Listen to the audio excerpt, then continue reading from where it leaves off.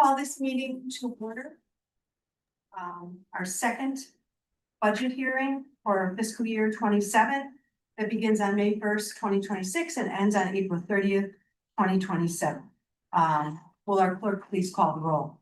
Trustee Pearce-Lovan. Here. Trustee Schechter. Here. Trustee Kamani Levy is absent. Trustee Robinson. Here. Trustee Iverson. Here. Trustee Alyssa Levy is on Here. Zoom, I believe. And Mayor Tennis. Here, and we have a quorum. Is there any objection to trustee Alyssa Levy participating virtually this evening via Zoom? Okay, so no concerns, so our colleague trustee Alyssa Levy will indeed continue participating virtually. So the first, we have quite a lineup tonight. We're going to do our very best to stay on schedule. And we will start with the administration and the village manager's office. Page 48 of the budget message, page 117 of the budget detail. Thank you, Mayor Tennis. Good evening, everyone. I'm going to highlight two items, both that have been in the works and will be continuing in the coming fiscal year. That is developing the strategic plan in the previous year and then implementing the strategic plan in the coming year. And we will have software in place that allows us to have a nice dashboard for the public to monitor the progress on implementation of the strategic plan. And then we also have been working on continuing our compliance with ADA, the American Disabilities Act. And so the Family Services Commission has been intimately involved in looking at our ADA. And there's 2 staff members that are leading an internal team. And so the next step is to have a assessment and a transition plan developed. And so in the proposed budget, there is a line item for $70,000 to fund the self-evaluation and the transition plan. And so there will be a proposal to the board in the future to bring on a consultant. We have gone to the market. We had a number of different entities provide a proposal. And so this is a competitive price. So with that, I'm happy to answer any questions. Or in the alternative, we have human resources, communications and community engagement and information technology that will follow. So if there's any questions, happy to answer those. I'd like to take just a moment and thank not only the village manager's office, but all the staff who have been busy working on the strategic plan over the last year. So thank you, and shout out to the Commission on Family Services that has also been involved in the ADA self-evaluation and transition. Any questions for the village manager? Trustee Robinson. What's the scope of the ADA self-evaluation? Sure. I'm going to turn it over to the system manager, Nick White. Sure, there'll be 2 phases. This year, the coming fiscal year, if the board approves it, it's phase 1, and it's really going to focus on the facilities, village facilities, village hall, the 3 fire stations, the police department, the public works, and the Center for the Performing Arts in Skokie. That's approximately 340,000 square feet. And they're the experts from the consulting firm. They're going to come in. They're going to measure the dimensions. They're going to make sure everything. They're going to see if things are up to code, and if not, they'll document it and let us know. It's great. Thank you. Any other questions? Trustee Schechter. Just had a question on the objectives on the developing the economic vitality strategy for the downtown area of Main Street. My question had been, why are we restricting ourselves? It's not, as I mentioned, I'm gonna go ahead and take that. As I mentioned during our budget, I think you heard it. It is not restricted to just, that must have been a title. It's a Scribner's error. It's a Scribner's error. The strategic plan, I'm sorry, the economic vitality plan is going to be all encompassing for the entire. I remember you mentioned that. Yeah, We mean like building on what was happening in downtown and Main Street. right. So downtown and Main Street will be central to the plan, but it will not completely. It will talk about Howard Street. It will talk about sections of Church Street. Dempster, thank you, Dempster, Grosse Pointe, other, the retail pockets that are sprinkled throughout Skokie that for years and years were important to the village's economic vitality that now, could use a fresh look. So we're very excited, and the Economic Development Commission will also be involved in that plan.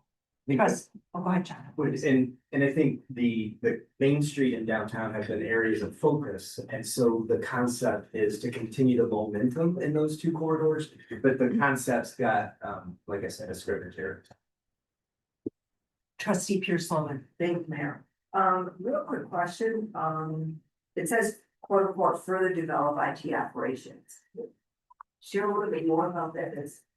The IT is information technology, and so Tomas, our IT director, is gonna be sharing some of our AI endeavors and some of our innovation, and so excellent question that will be forthcoming in just a few minutes. Okay, Tomas is part of the, IT is part of the lineup tonight. good, okay, forgot that, thank you, yeah, it's, great, thank you. Any other questions? Okay, being none, we will move to Human Resources, Deborah Stinson. Thank you. The Human Resources Division is basically responsible for oversight of general employee programs within the village. New policies and procedures are developed. Existing policies are reviewed for applicability, and modifications are made as required to ensure compliance with applicable federal, state, and local labor laws. The division utilizes online training to meet annual regulatory compliance requirements for our anti-harassment training, resulting in, I'm very happy to say, 100% participation. Everybody took the course. And this is 100% participation over the last 5 years, Awesome. every year. Okay. So we have obedient employees, is what that means. The HR division also provides assistance to employees and supervisory personnel with regard to employee relations and disciplinary actions, as well as interpretation and administration of the village's HR policies. The HR division is responsible for administration of the village's human resources programs. Inclusive in this charge are tasks of meeting the recruiting and staffing needs, including promotional processes of the operating departments, coordinating the application of existing initiatives and recruitment process for all positions throughout the village, including promotional placements.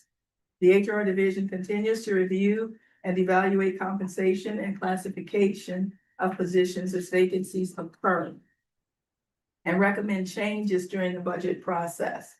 The HR division, our fiscal year 27 objectives include to ensure compliance with all changes in applicable federal, state, and local labor laws, ongoing administration of the village's compensation plan, oversight of the recruitment process, continued identification of training needs, implementation of supervisory training for some of our supervisory and management staff, management of the employee benefits program, ensuring competitive benefits for our employees, and administer the new hire promotional process for non-union line level supervisory staff, command staff, and other non-sworn staff members. We will also seek to work with our benefits consultant to identify applicable benefit providers competitively priced, along with the best fit in terms of offerings, service levels, and employee interests. Want to administer the public safety recruitment processes as required and establish eligibility lists. Identify a resource partner for the police lateral entry recruitment process to generate an ongoing eligibility pool. Revise and launch the revamped new employee orientation program. Implement human resources policy revisions as required. And we're looking to ensure compensation practices fully aligned with the established policy and with applicable labor laws.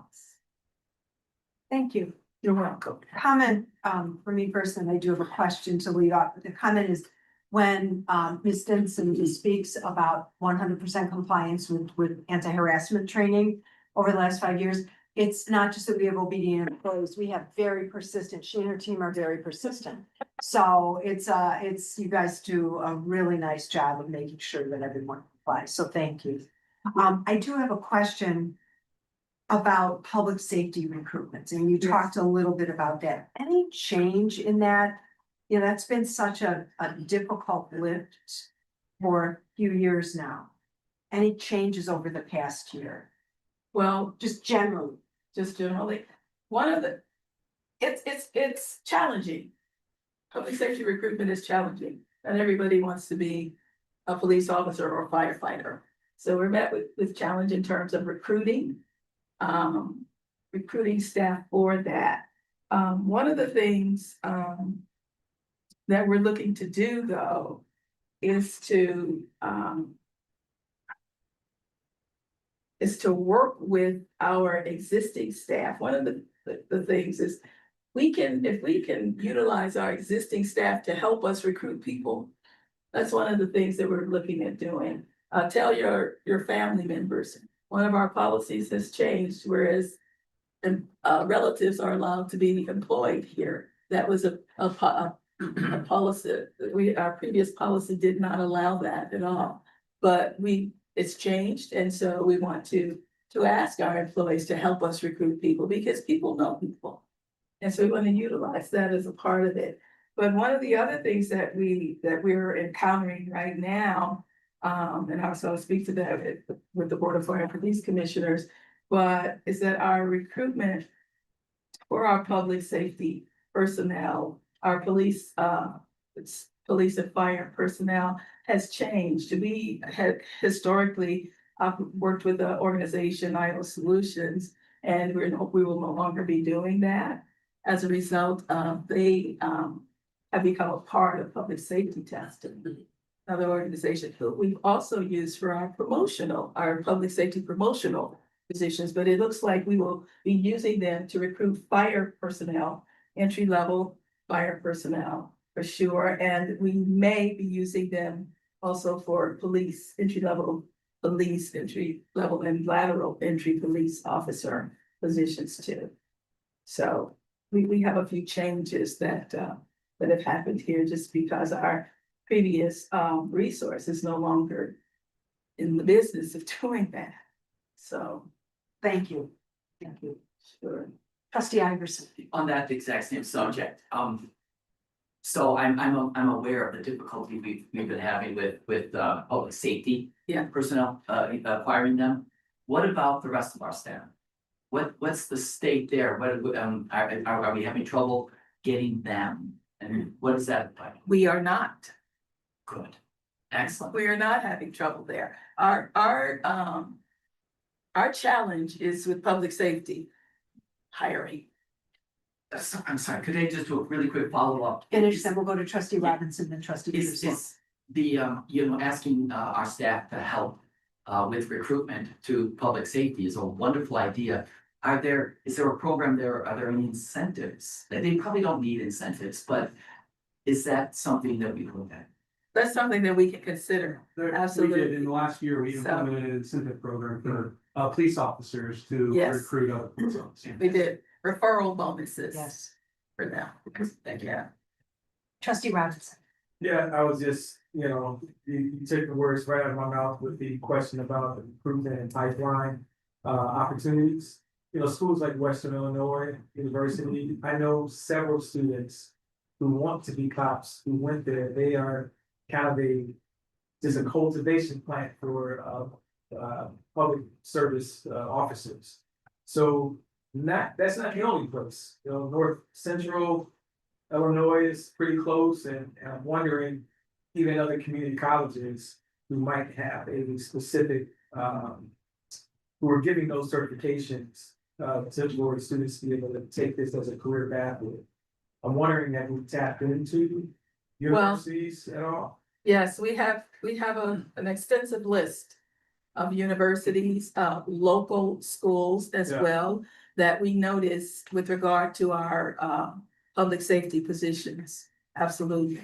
And we're really all hands on deck, and so the police department is very involved in recruiting. We now have a sworn police officer that is 100% dedicated to recruitment. And so he has relationships with specific universities like Western. We also, in the manager's office, we have pursued Greek organizations in various universities. And being able to attract a diverse set of applicants. And so we have become engaged in the Greek system. And so it's all hands on deck. It's really, we We have partnerships with 160 organizations that when we have an opportunity for, to get into an entry level testing process, we're reaching out to all of those. And so it's a really ongoing, we're always looking for what's another group that we haven't yet thought of that we can attract. And you're gonna hear the police chief in a bit, and he'll talk about, we did an open house for the first time. So we opened up the application process for a December deadline last year. We did an open house at the police station in November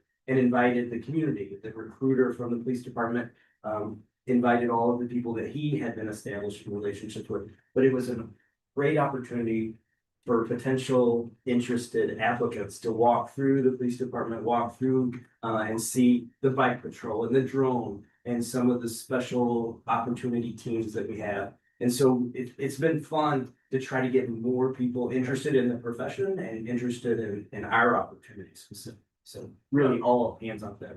That's great to hear. I'm sure postings and magazines and national organizations and all of that you're exploring as well. Yes. One of the other things that we're going to do with fiscal year 27 is utilize, perhaps you've seen them in shopping malls. The advertisements that are in the middle of the floor, Sure. where we're gonna have Village of Skokie police officers plastered there. So we're doing everything that we can. That was a new resource that Deputy Chief Franklin told me about, and so the decision was made, let's try it and let's see if it works for us. That's great. And one other thing that I would mention is a strategy maybe that could help is creating this sense of belonging and Yes. telling the story. Yes, It's one thing to post, hey, we have positions, but we want to post, we want to be here, and this is why. So whatever marketing Absolutely. strategy, social media strategy, just to humanize, the team, yes. could be helpful. John, just on that, we have a video like that, don't we? We do. Did PD make a really sharp recruitment video that is really, I think, captured what you're describing, Trustee Robinson. Yeah.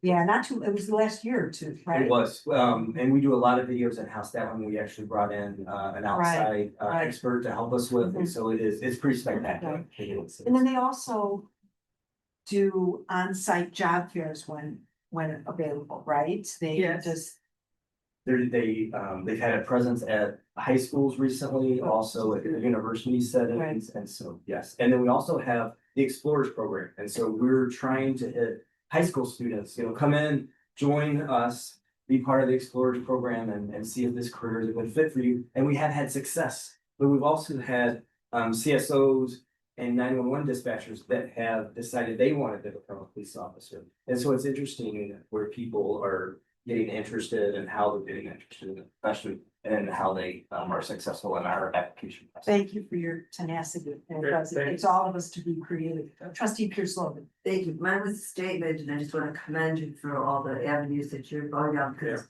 we all know this isn't a Skokie problem, this is No. a national problem. It is. It's Thank a you. problem, Yes. and I want to reiterate it, so Thank that nobody in the room thinks that Skokie isn't doing their job. And I know, I'm assuming, that you're also looking at lateral, Absolutely. moves We as do well. have a lateral program in place. Okay, good, Yeah, yeah. and we'll continue it. And it operates a little different than the entry level police officer, in that the laterals have to have 2 years of experience as a police officer. And they can apply, and we are interviewing them, and we've been successful. That lateral program has been quite successful. So we want to, we're continuing with that as well, and that's on a continuum. We don't have to wait to get a list. From January through December, they can apply. Thank you. Thank you. Okay. Trustee Go Shepherd. ahead, Trustee Put our Shepherd. names out there. I'm just, submitting a little bit of a different question, and that is just a recommendation. One of the things that I like that was only under the fire department, but I think should be in the whole corporation, is as an objective, quote, promote equity, diversity, inclusion, teamwork, and high morale throughout the organization. And I wonder if that could be under human resources, but it could really be under every single Everywhere. Yeah. department. And then a second thing I want to recommend, and I did this in the organization that I direct, we added a couple of DEI related metrics and evaluations of employees, so questions like, you know, demonstrates maturity, empathy, and respect when dealing with customers, regardless of their demeanor or approach.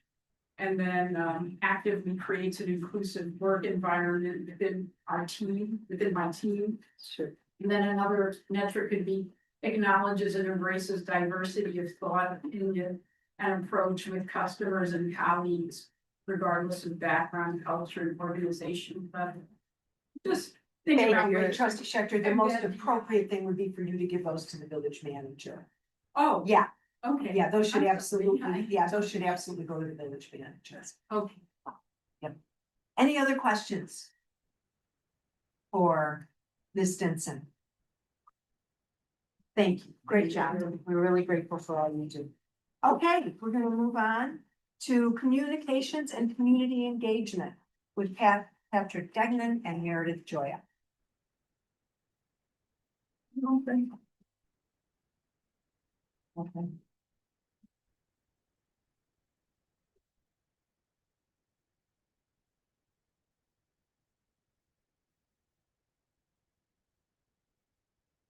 You're ready, yeah, or pick you it up.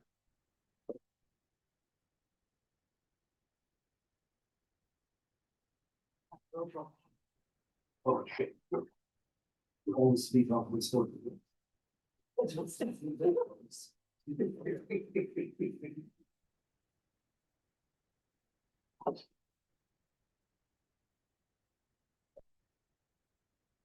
Oh. All right, ready? Hold on, sorry, No. I'm having trouble when I. Sorry.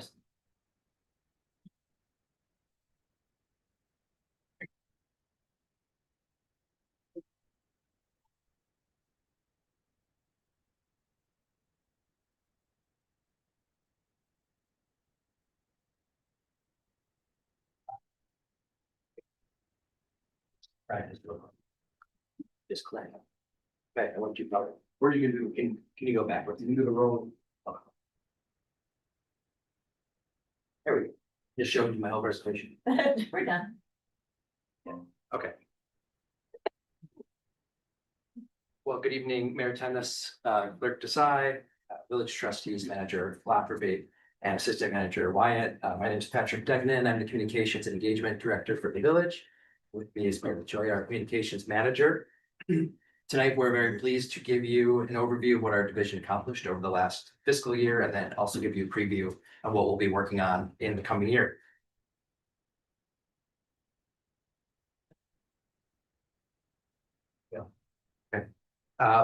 So in fiscal year 2026, we had several focus areas. One has been building awareness of village services as well as village board actions. In May, we launched board briefs, which provides a regular update of items that are on the next village board meeting agenda. Those were shared on Facebook and Instagram and on the village website in advance of each meeting. We also shared post-meeting reports in the Scoop the day following all board meetings. Speaking of the Scoop, we continue to provide a roundup every week of village news on Tuesday afternoons. And I think if you subscribe to a lot of other municipal newsletters, I don't know if you do, you'll see that ours is far and away most jam-packed with information and GIFs too. We have lots of images and video. We were proud to take home a Silver Circle Award from the National City County Communications and Marketing Association. And it continues to be really a key tool for us to communicate with more than 40,000 email addresses each and every week. We also began a new video series called 60 Seconds with Skokie, which features some of our village staff answering common questions that we get from residents. So in 60 seconds or less, of course. So videos that we've done so far have covered the 25-mile-per-hour speed limit, how to prevent frozen water pipes, as well as the property inspection and complaint process.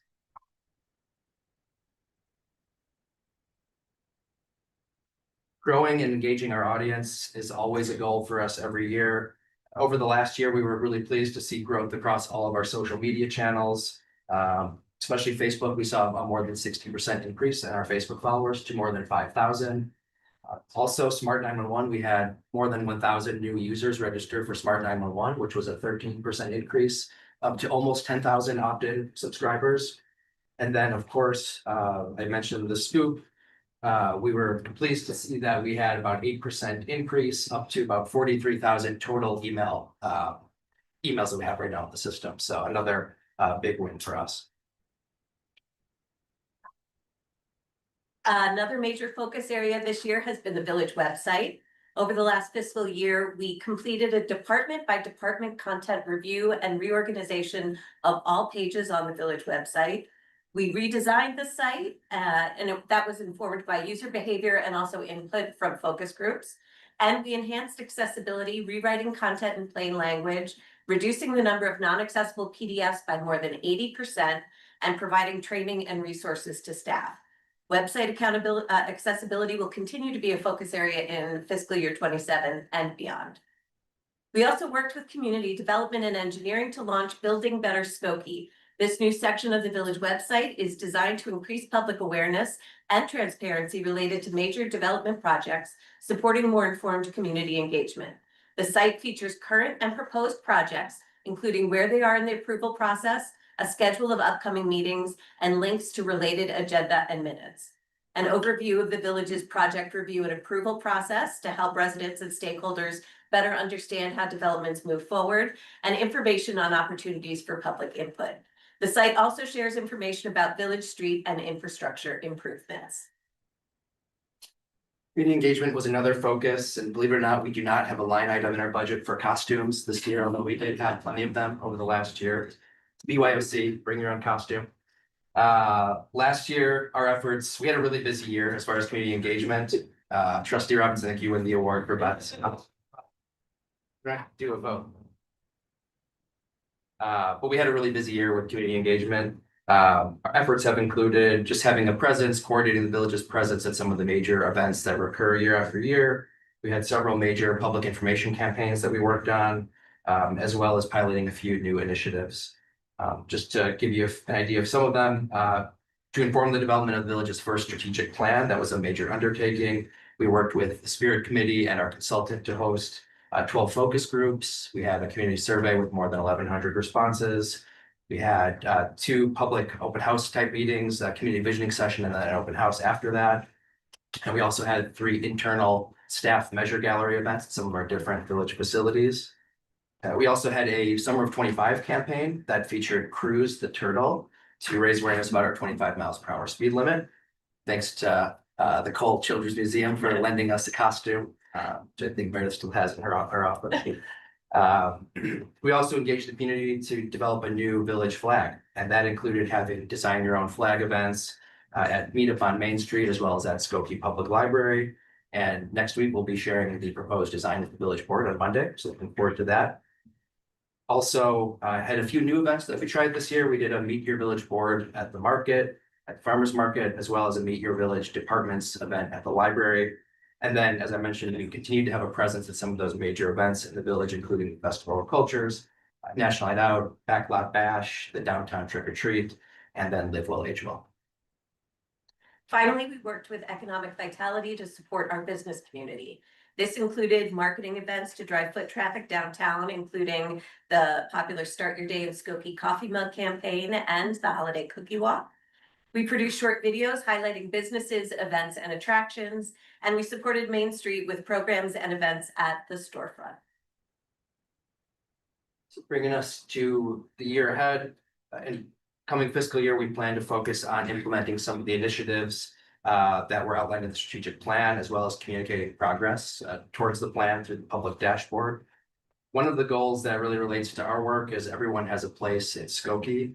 So some of the things that have come out of the strategic plan that we'll be working on will be developing a pop-up village hall program to bring village services to residents who might be missing through our other channels. Also developing a language access policy to better standardize the processes across the village departments.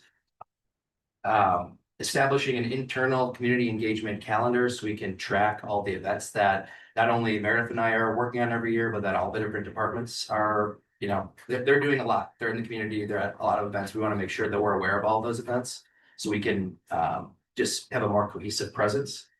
And then also we'll soon be rolling out new resident packets. quick preview of them. So it's a big upgrade. If you moved to Skokie in the last year or two, and then you move to Skokie again, this year, you'll be very impressed with the new resident packet you'll be getting. But we want to make sure that not only do people feel welcome when they move here, but that they also have kind of a head start at registering for the Scoop and for Smart 911 and are aware of some of the programs we have. Website governance and web accessibility will continue to be a focus. New federal web content accessibility rules go into effect on April 24th for communities over 50,000 people, and that includes Skokie. So we'll continue to work to make web content, including web pages, documents, images, social media content, making all of those accessible, and to also provide staff with the training and resources they need to do so on an ongoing basis. Our proposed budget includes funds for Acquia Optimize, which is a tool that'll support ongoing website maintenance and accessibility by regularly scanning our site and supporting staff in identifying and fixing any issues that may arise. You'll hear more about our work with the Fine Arts Commission at next week's budget hearing. But in fiscal year 2027, we'll continue to support that commission through events, programming, community grants, and more. And supporting economic vitality will continue to be a goal. So we'll be working with Chicago's North Shore Convention and Visitors Bureau and our Economic Vitality Division to promote Skokie regionally. And we'll highlight restaurant, retail, entertainment, and cultural destinations through Explore Skokie. Finally, we're going to continue to do all the day-to-day work. One of our main roles is really just supporting the village manager's office and all the different departments in the village and communicating the initiatives and programs that they need to tell the public about. So that includes at home through our quarterly print newsletter near Skokie, on their devices through the Scoop, through our social media channels and the village website, through the media by sharing information and responding to inquiries from journalists, on the move through our message boards, flyers, banners, marketing assets, of course, with local partners to amplify those messages and reach some members of the community who we don't reach through our channels, and then at events with fun and useful information and giveaways. So we look forward to the year ahead and we welcome any questions you might have.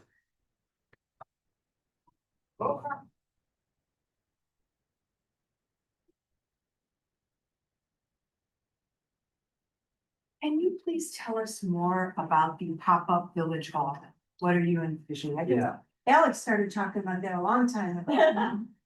And that's some good ideas. Yeah, it's still in development. I think working with community partners and maybe attending events that we don't currently attend is going to be key. So one idea that we talked about was possibly working with the library to go with their bookmobile to possibly interact with residents who library customers. But I think just, and I've had some conversations with Public Works and with finance to see what core services we might be able to provide to the community. So it could look like services, or it could just be having a laptop, having a representative from the village there to take issues through Access Skokie and kind of spreading awareness about that way to report issues. So we're still kind of coming up with a plan for the year, but that's something that came out of the strategic plan that we're going to be working on. What do you think was the most effective outreach in FY 26?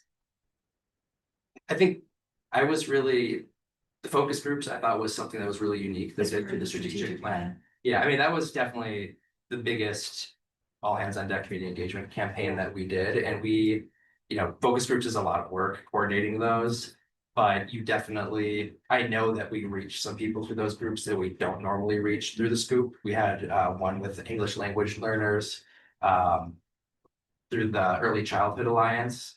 And we had to translate multiple interpreters on site for that event. And that's just something we have not done a lot of recently, at least. So I was really proud of that. Good. Yeah. Questions, Trustee Pierce Logan. Thank you. So I know that the village always has tents, booths, whatever you wanna call it, at big events like Backlot Bash, Festival of Cultures, Farmers Market. From your perspective, how many people do you think really engage with the village when they attend those events? Depends on the definition of engage, right? And trick or treat. Well, walk up to the. Yeah. It also depends on the event. I mean, trick or treat, many of you were there and I think we probably had 1,000 people probably that we gave candy to. Did they know who they were talking to? Maybe not. Some of them did, some of them didn't. But a typical event, I would ballpark Festival of Cultures, for example, probably 1,000 or 2,000 over the course of the weekend, probably. Not all Skokie residents, some people are visitors, some people are there to give what we're giving away if they're items. Some people are there to spend a little bit more time talking to somebody and, you know, bringing an issue to our attention, so it really is a pretty wide range of the types of interactions we have with people there. But I think it's important for us to have a presence there, so we have some visibility and give people the opportunity to talk with us. Well, that I would agree, just a bunch of time we get people to engage more. Yeah. And I think you're right, if it's not a good giveaway, then Yeah. And we did some fun, like with the speed limit campaign, we had Turtle, we cruised the Turtle there, which brought a lot of kids over, which, you know, was something doesn't always happen, which was kind of interesting, but definitely having some fun giveaways. We had a photo activity too with a bus. A right? cut out a Volkswagen bus that we actually made. And I think that bringing the children, and while Cruz was interacting with the children, it gave the parents an opportunity and gave them time to then speak with, we had members of our engineering staff there and ask the questions that they wanted to have. And I think that's the important thing, is at a lot of these activities, parents are attending with children. And so, you know, they're trying to keep it so they can't really talk. So finding a way to keep the kids engaged and with you and not just grabbing the candy and going, so that the parents do have the time, the luxury of time to be able to ask those questions. thank you. Trustee Robinson. Quick question. Social media stuff, great. There's such an improvement. I think the website development is so easy to navigate. It's visually pleasing. The one thing that I would ask, or if it's even possible already, a lot of people I've heard, including myself, would love to like subscribe to a calendar, a shared calendar of community events. Is that something that is? So there is an ability on our website to subscribe to alerts for like calendar events, and you could get like a text or an email and send that to you. I know that trustee Kamani Levy had asked when we were doing the website if there was a way to just download to her, and it's not easy by any means. The other issue is that with our community events, what we do a lot of times we partner with, but you know, the library has their own and the park district has their own. I'd love to be able to find a way that we could RSS feed everything into one. But I think that's a long-term project that we would have to look into and talk with our community partners about. Those conversations started decades ago and it's Yeah. better. But. And technology is actually coming along as well, that making it a little bit easier, but it would have to be a long-term project. Trustee Iverson, did I see you? Yes, Okay. a couple things really quickly, but as far as the calendar goes, I've got every single village appointment. Every single village public meeting right here with me, and so you can do it. And maybe it wasn't easy, because I can't remember how I did it, but I did it, and so it is pretty nice. The website is fantastic. We test it all the time, and we'll be in an active meeting, and a subject will come up, the Festival of Cultures. Where is it on the website? And the guy running the meeting will have it. Look at these split.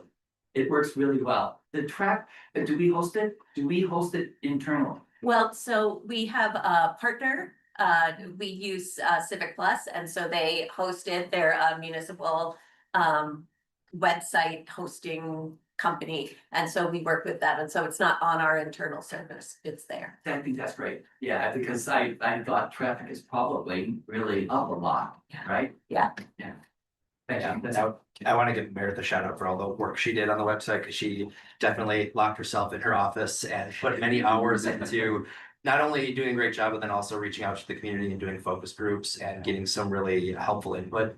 So it was a great process. Yeah, and it's only gonna get better, because as we continue to work on this accessibility, the Acquia Optimize is so exciting, because it'll send me, you can set it to send weekly, bi-weekly, monthly reports saying, this page has a misspelling on it, this site has a broken link, and so, or this, PDF was uploaded and it doesn't align with accessibility standards. And so, it'll free me up a little bit to allow staff to do some of their own edits.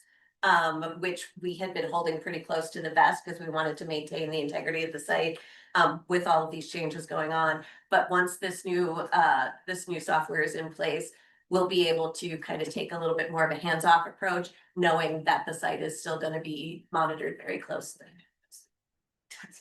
Trustee Schechter. Now that we've got the record North Shore, which is great, a new service covering Skokie, how is that relationship? Hello, Sam. He's right behind. Right behind you. Yeah. Sam's been great to work with. We talk frequently.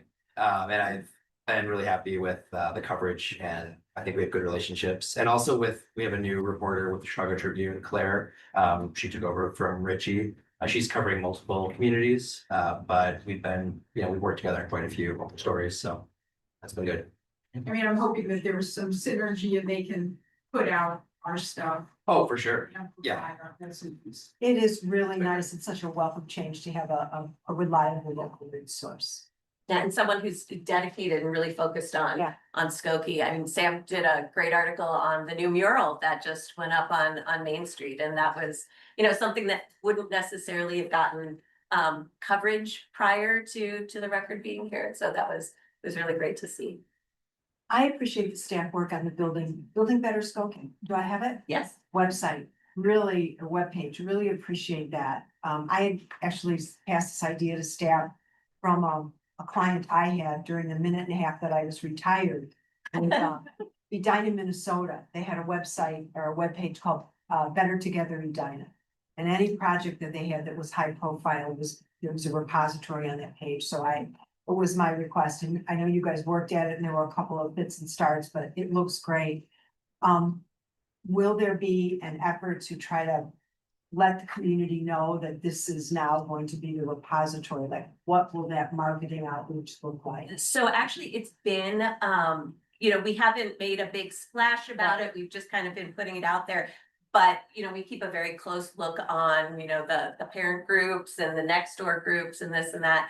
And we have noticed that even without us doing a big push about it, residents have been able to find it. I mean, there's that, updates link right there on the homepage, so people go into it. And we've noticed people asking, like, what's going in on Tui across from Village Crossing? It looks like it might be a restaurant. And somebody actually posted the link to that development on Nextdoor. So it's already being, kind of naturally put out there. And then it is definitely something that we're gonna share in the scoop and do more of a push on. I think as new developments come down the line, that gives us opportunities to then there's people who are interested in them, and they're gonna spread the word about that, so. Yeah, and shout out to Cassie in community development, because she really helped, once we got the structure and the idea, she really put in a bunch of work to help get all of their information in and work with how does the workflow work in their department to make sure that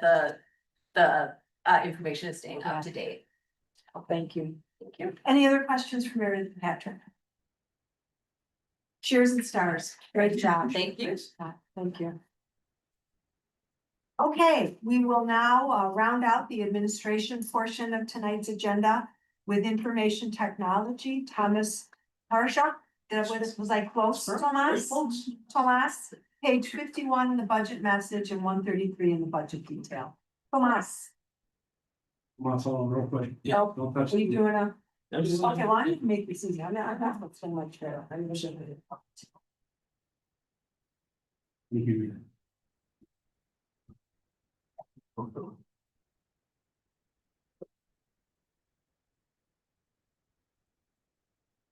Great.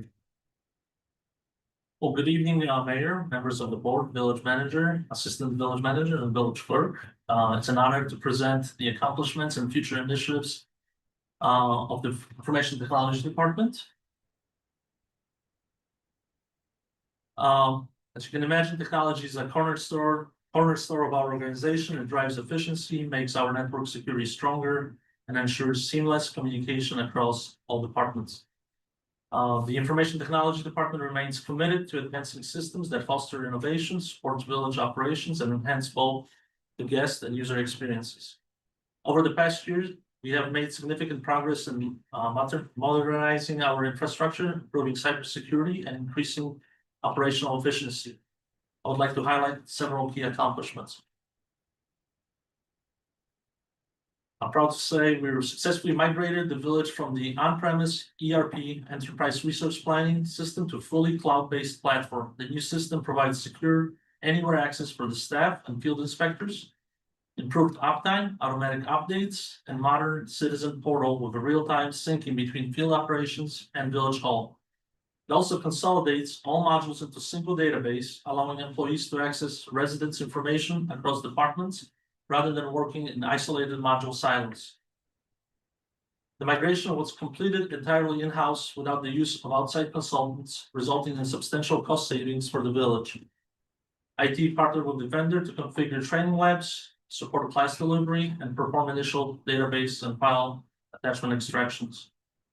Also proud to say the cloud-based BSNA system now includes an AI-powered helper and an upcoming invoice processing assistant that will automatically read and populate invoice data, delivering additional efficiency gains across the departments. In 2020, we also implemented an extended detection and response platform called the XDR, providing comprehensive visibility across endpoints, networks, logs, and cloud environments. Basically, the system allows us of any unusual activity, such as unexpected user login times or locations, so we can get on this right away. It is backed by 24/7 protection from an offsite managed security operations center called the SOC. Additionally, we deployed a specialized security software that uses behavioral analysis and machine learning to prevent malware and ransomware in real time. This software is called the Zero Trust Solution, combines an AI-driven security detection, and it has strict application control, ensuring that the unknown or suspicious programs are blocked by default. We also deployed state-of-the-art firewalls and replaced some of the aging networking switches. We've expanded wireless coverage by installing additional Aruba access points at the village hall and public works, and we began planning upgrades for the fire and police departments to support seamless roaming of users and to provide reliable internet access to our guests. We also upgraded all the devices to the latest Windows operating system, improving compatibility, stability, and performance. As part of our digital transformation efforts, we've implemented a cloud-to-cloud backup solution for Microsoft 365 to ensure protection against accidental deletions, ransomware, and limitations of data retention policies. We also upgraded our on-premise backup and replication environment. Our network infrastructure received significant improvement, including installation of a 10 gig uplinks at the satellite facilities, delivering up to 5 times the previous performance.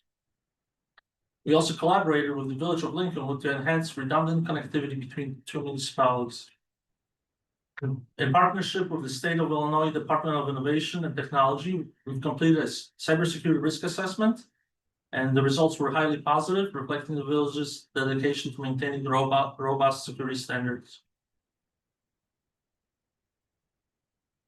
In the area of software initiatives, significant advancements were made to enhance the technological infrastructure supporting public safety, specifically what we call the MCT mobile computing terminals utilized by the public safety were upgraded to a fully web-based platform. Additionally, the document management server was upgraded to ensure more efficient handling of data. And further, IT developed several internal custom web-based applications to meet needs of various departments. The IT department also played an important role in creation of Power BI dashboards.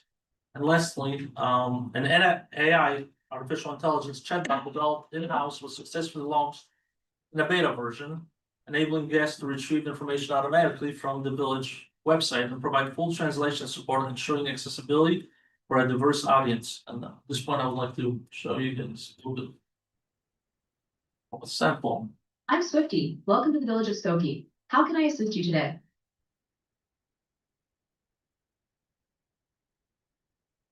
Let me check that for you.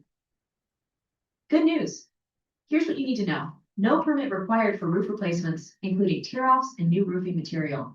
A permit is required if you're changing the size or structure of the roof. Always verify your contractor is licensed by the state of Illinois.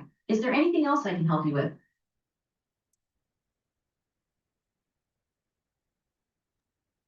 Let me look that up for you.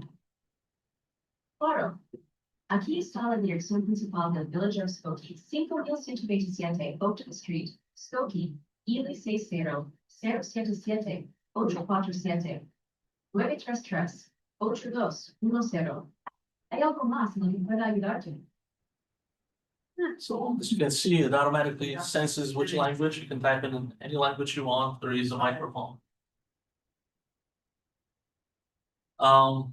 Continue on with the accomplishments. The IT department provided training for new employees on essential systems, application, and phone operations. Additionally, we have joined Gov AI Coalition, also known as San Jose Coalition, which is a national network of over 600 government agencies working to promote responsible use of artificial intelligence in government. This partnership gives us access to shared strategies, standards, policies, and expertise. This fiscal year, we also welcome two seasonal interns under our mentorship. One developed an AI tool to streamline document ingestion, while the other engineered a Bluetooth wireless device controller. In addition to project work, information technology continues to provide 24/7 support for police, fire, dispatch center, including support for the village of Lincolnwood through our shared public safety platform. We work closely with all other departments to provide technical guidance that improves operational or reduces cost, operations and reduces cost.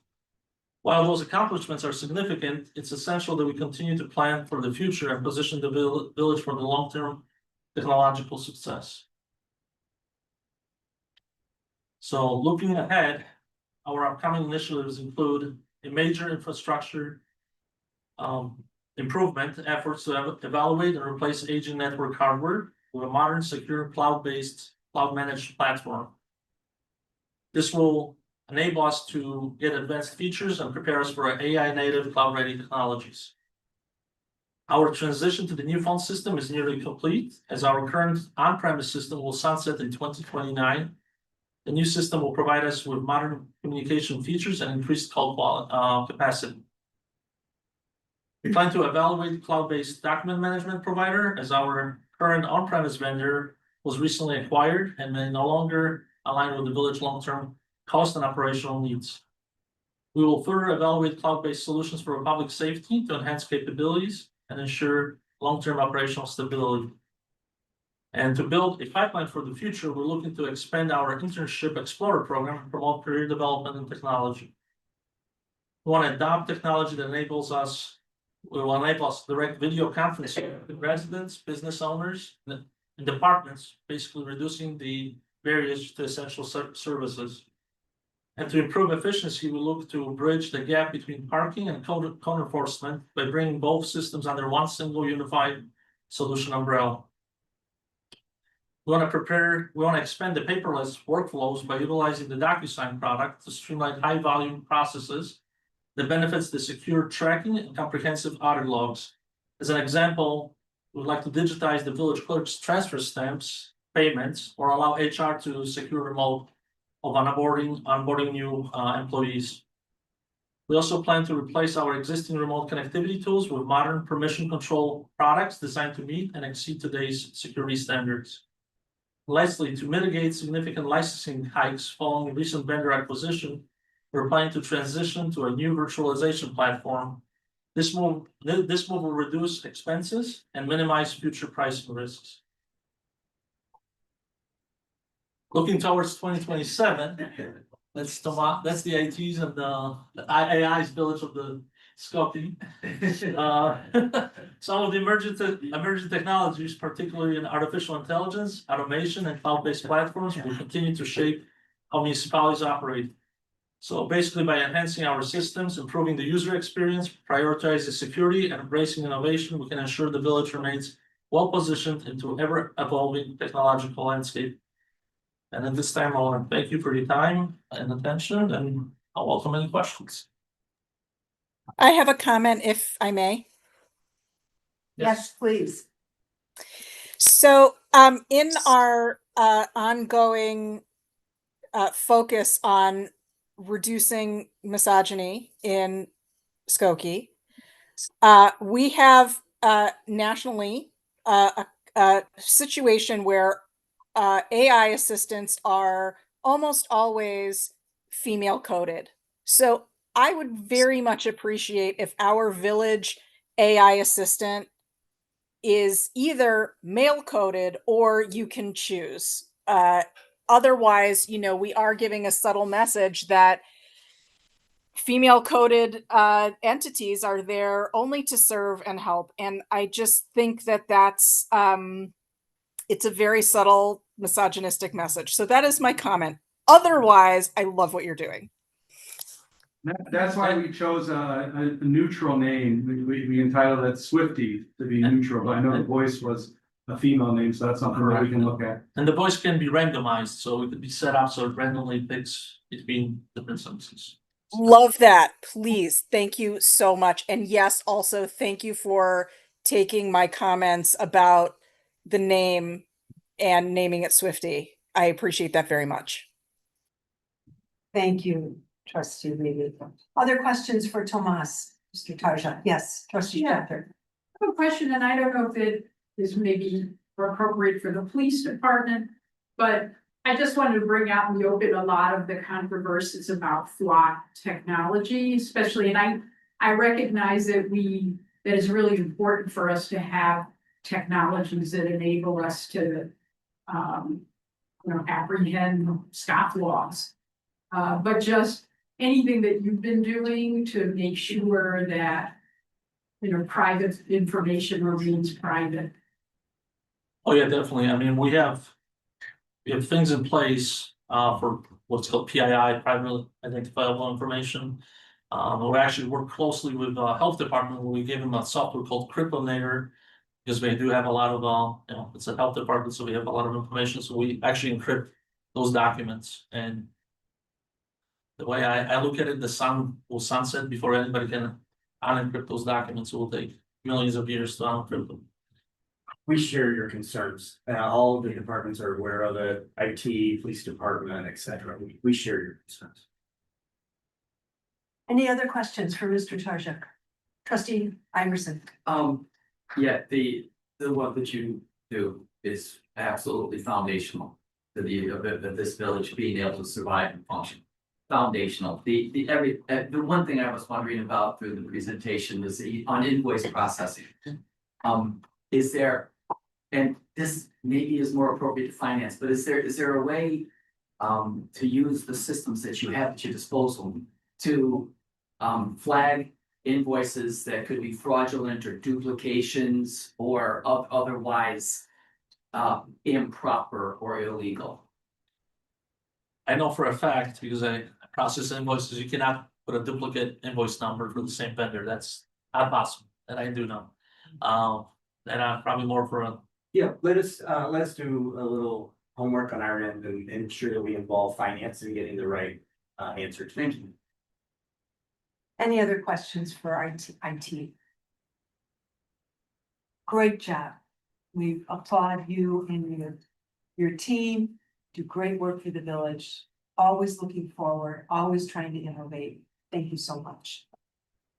We are going to take a bit of a turn in our agenda. I'd ask our police department staff to just sit tight for a moment.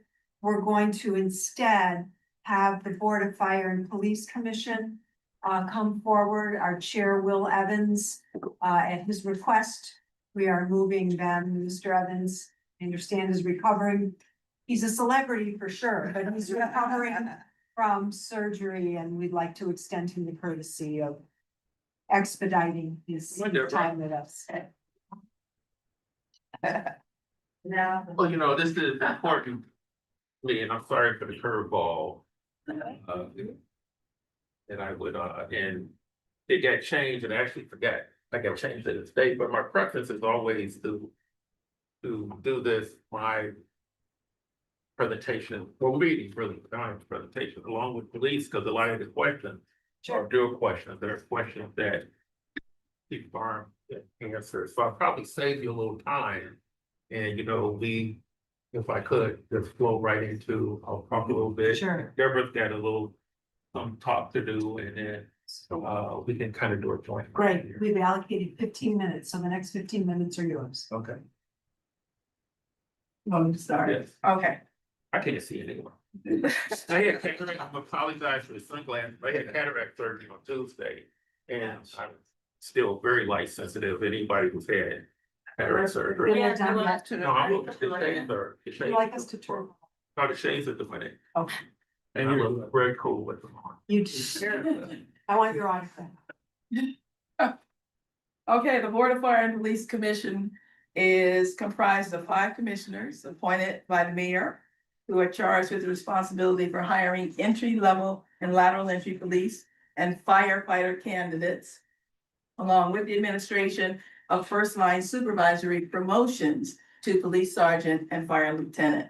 With regard to the recruitment process, the employment list are comprised of applicants who apply in response to the recruitment announcement for sworn positions. For entry-level police and fire candidates, they have to meet a set of specific requirements, which include a minimum of 21 years of age, but no older than 35 by the date of the written examination, must be eligible to work in the United States, possess a high school diploma, and have a minimum of 60 college credit hours by the time of the written exam.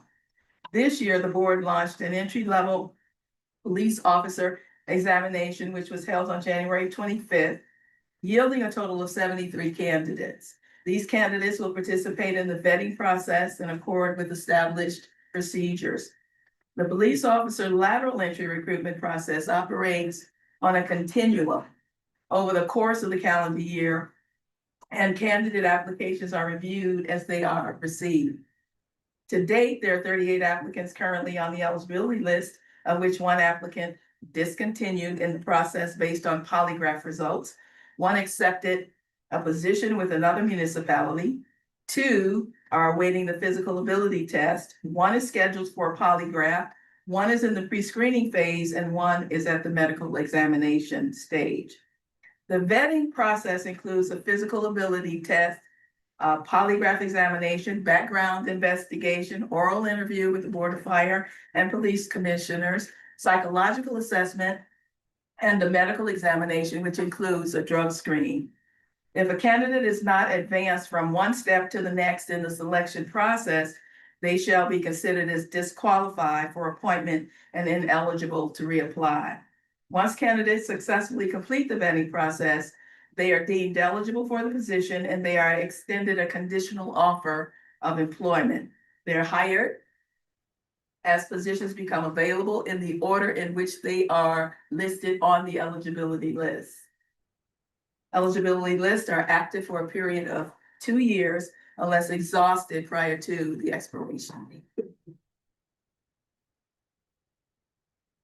Mr. Evans, anything you would care to add? You know, we, I don't know if I can really say, we have a lot of fun with the commission. We meet in here, there's 5 of us. And I think it's important to have fun with something that's so important and where we devote a lot of time to it. You know, I've got a inbox right now of things I have to review. Our time in the meeting is only a small amount of the time that we spend to do the commission work. It is, it's not a full-time job, but it takes a lot of time. You know, luckily, there's 4 of us that are retired now on the commission, and that just makes for a lot of flexibility for us to meet at any time. We have our normal scheduled meeting, but we'll get a email like exactly next week or hit some dates. So we try to be flexible to meet the needs of the police and fire department. Thank you. Can I just add one comment? Please, Chief Barnes. We are so thankful to have such a dedicated board of police and fire commissioners. We have asked a lot of them. I don't know that there's really any other commission that we've asked as much of as we have of them. I think just right now, currently, they are reviewing the testing associated with 10 different candidates and backgrounds for several candidates. Those will culminate in interviews. I don't have the statistics, but the last couple of years, we've kept them very busy. We're lucky to have people they take it seriously. You know, they look at it from the perspective of, can I see this person responding to my house or my family's house in an emergency? They all bring different perspectives to the table. It's a really, diverse group of perspectives, experience.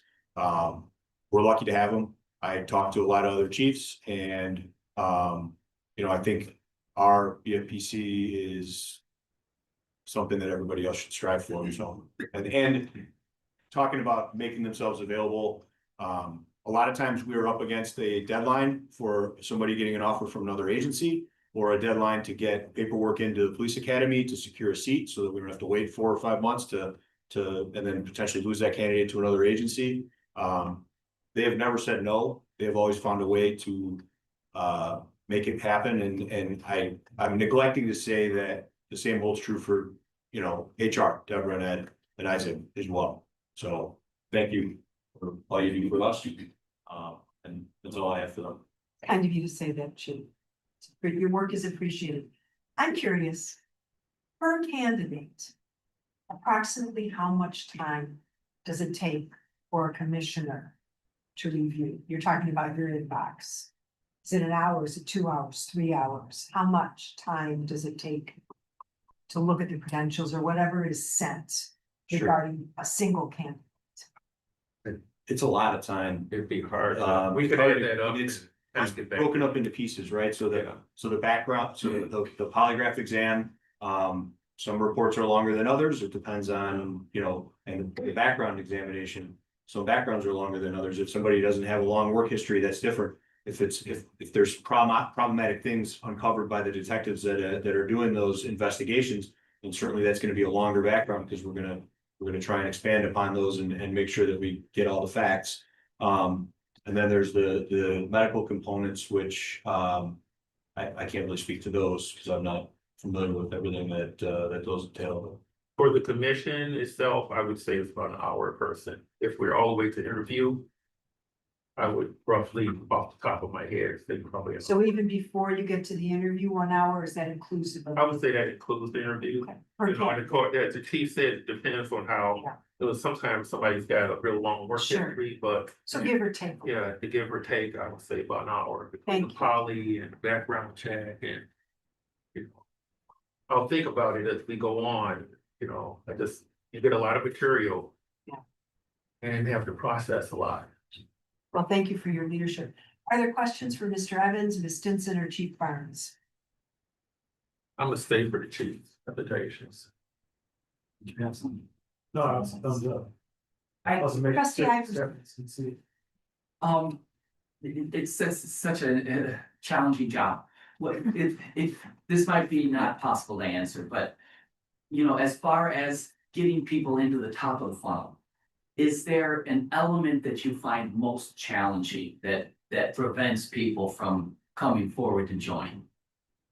I think it's more of a societal issue, when, I would say when, in 2020, George Floyd, COVID, and this is just my view as a citizen, it's being a desirable job decreased. I think it's coming back a little now.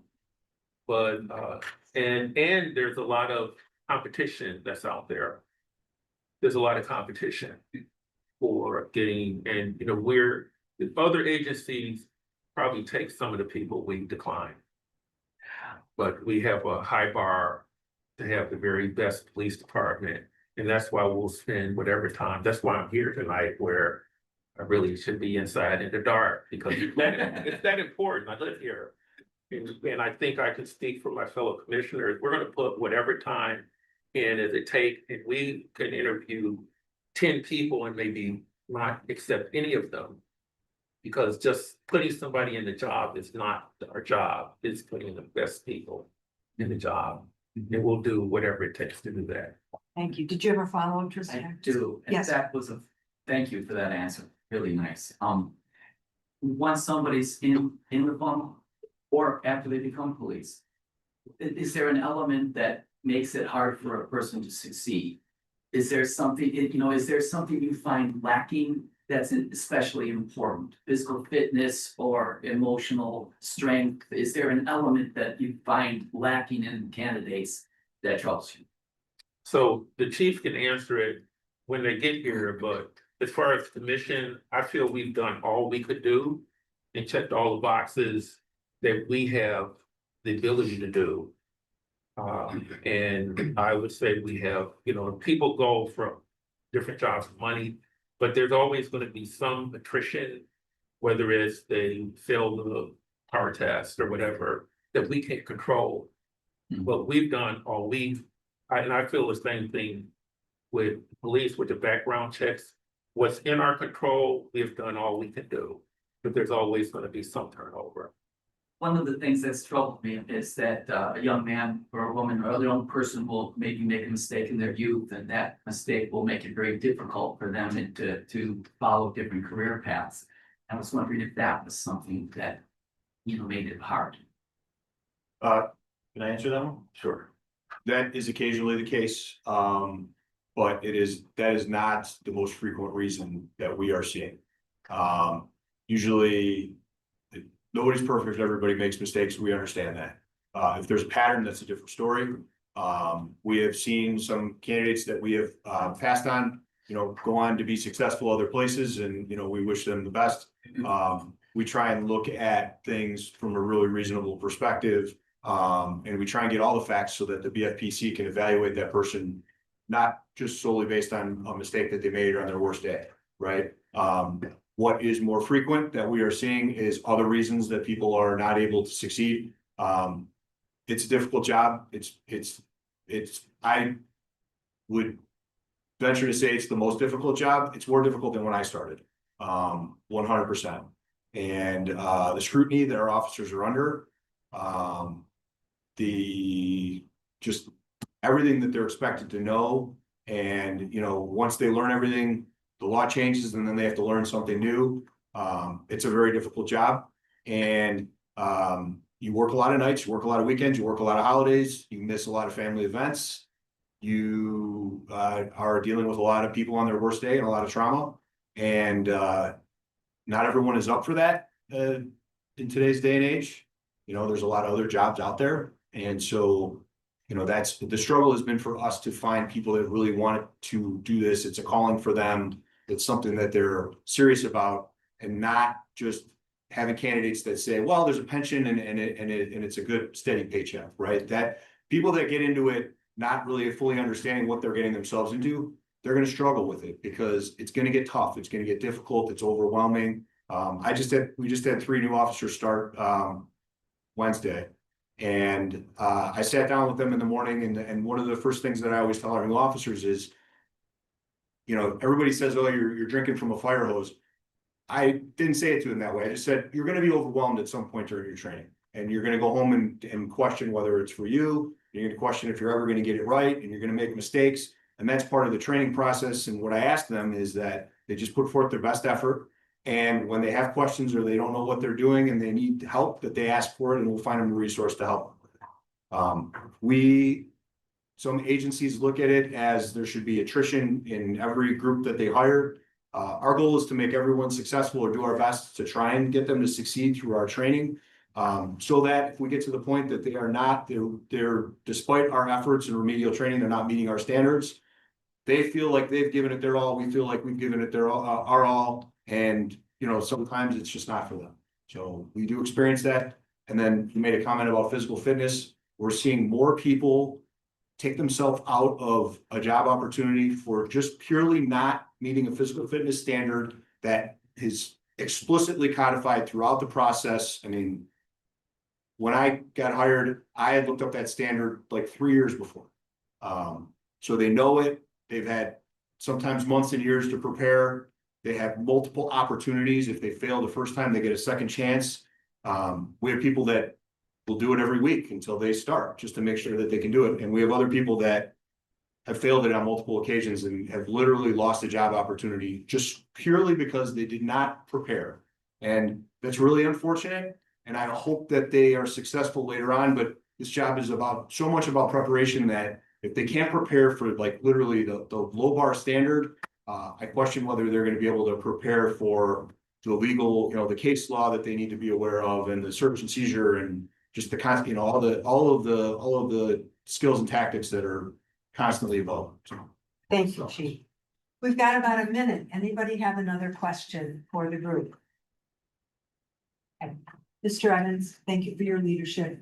Thank you for your extraordinary effort to be here this evening. We wish you a smooth recovery. It's an honor, really. Ms. Stinson, thank you. Chief, we'll be talking to you and your group in a moment. And Mr. Evans, if you would kindly extend our gratitude to the other members of the board of fire and police commissioners. So we appreciate all your We'll be back here diligence, Monday. all your diligence and hard work. All right, thank you. Okay. We will now hear from our police department, Chief Jesse Barnes, Deputy Chiefs Denise Franklin, John Oakley, John Barku, our Communications Director, and Chris Polinsky, our Management Analyst.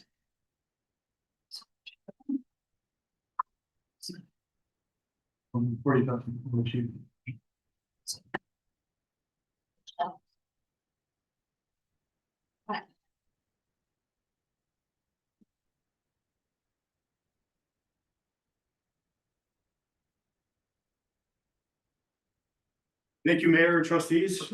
I want to just kind of start out by thanking my team, Chris, Brianna, DC Oakley, DC Franklin, John Barku. Much like police work, budget development has become a team sport at Skokie PD. So this is really a culmination of a really good team effort.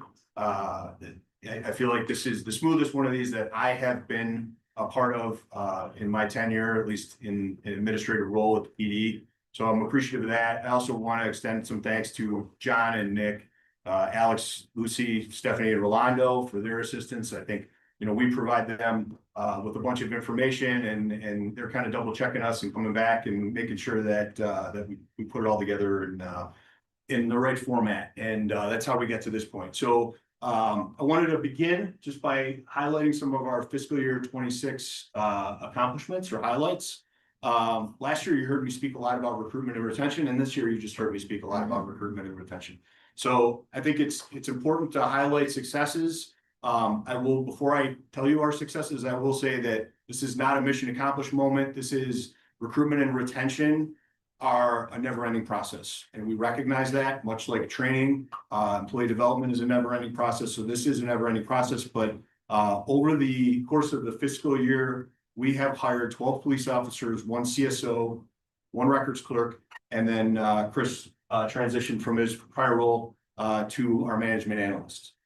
Incredible amount of hiring, and we're very proud of it.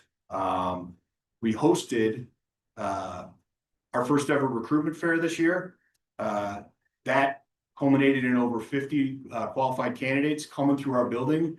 Learning what Skokie had to offer. We really did our best. We put our best foot forward. We had some of our specialty units and gear out, and we highlighted our facility to differentiate us from the competition. Because it is, as Will said before, it's a really incredibly competitive job market right now.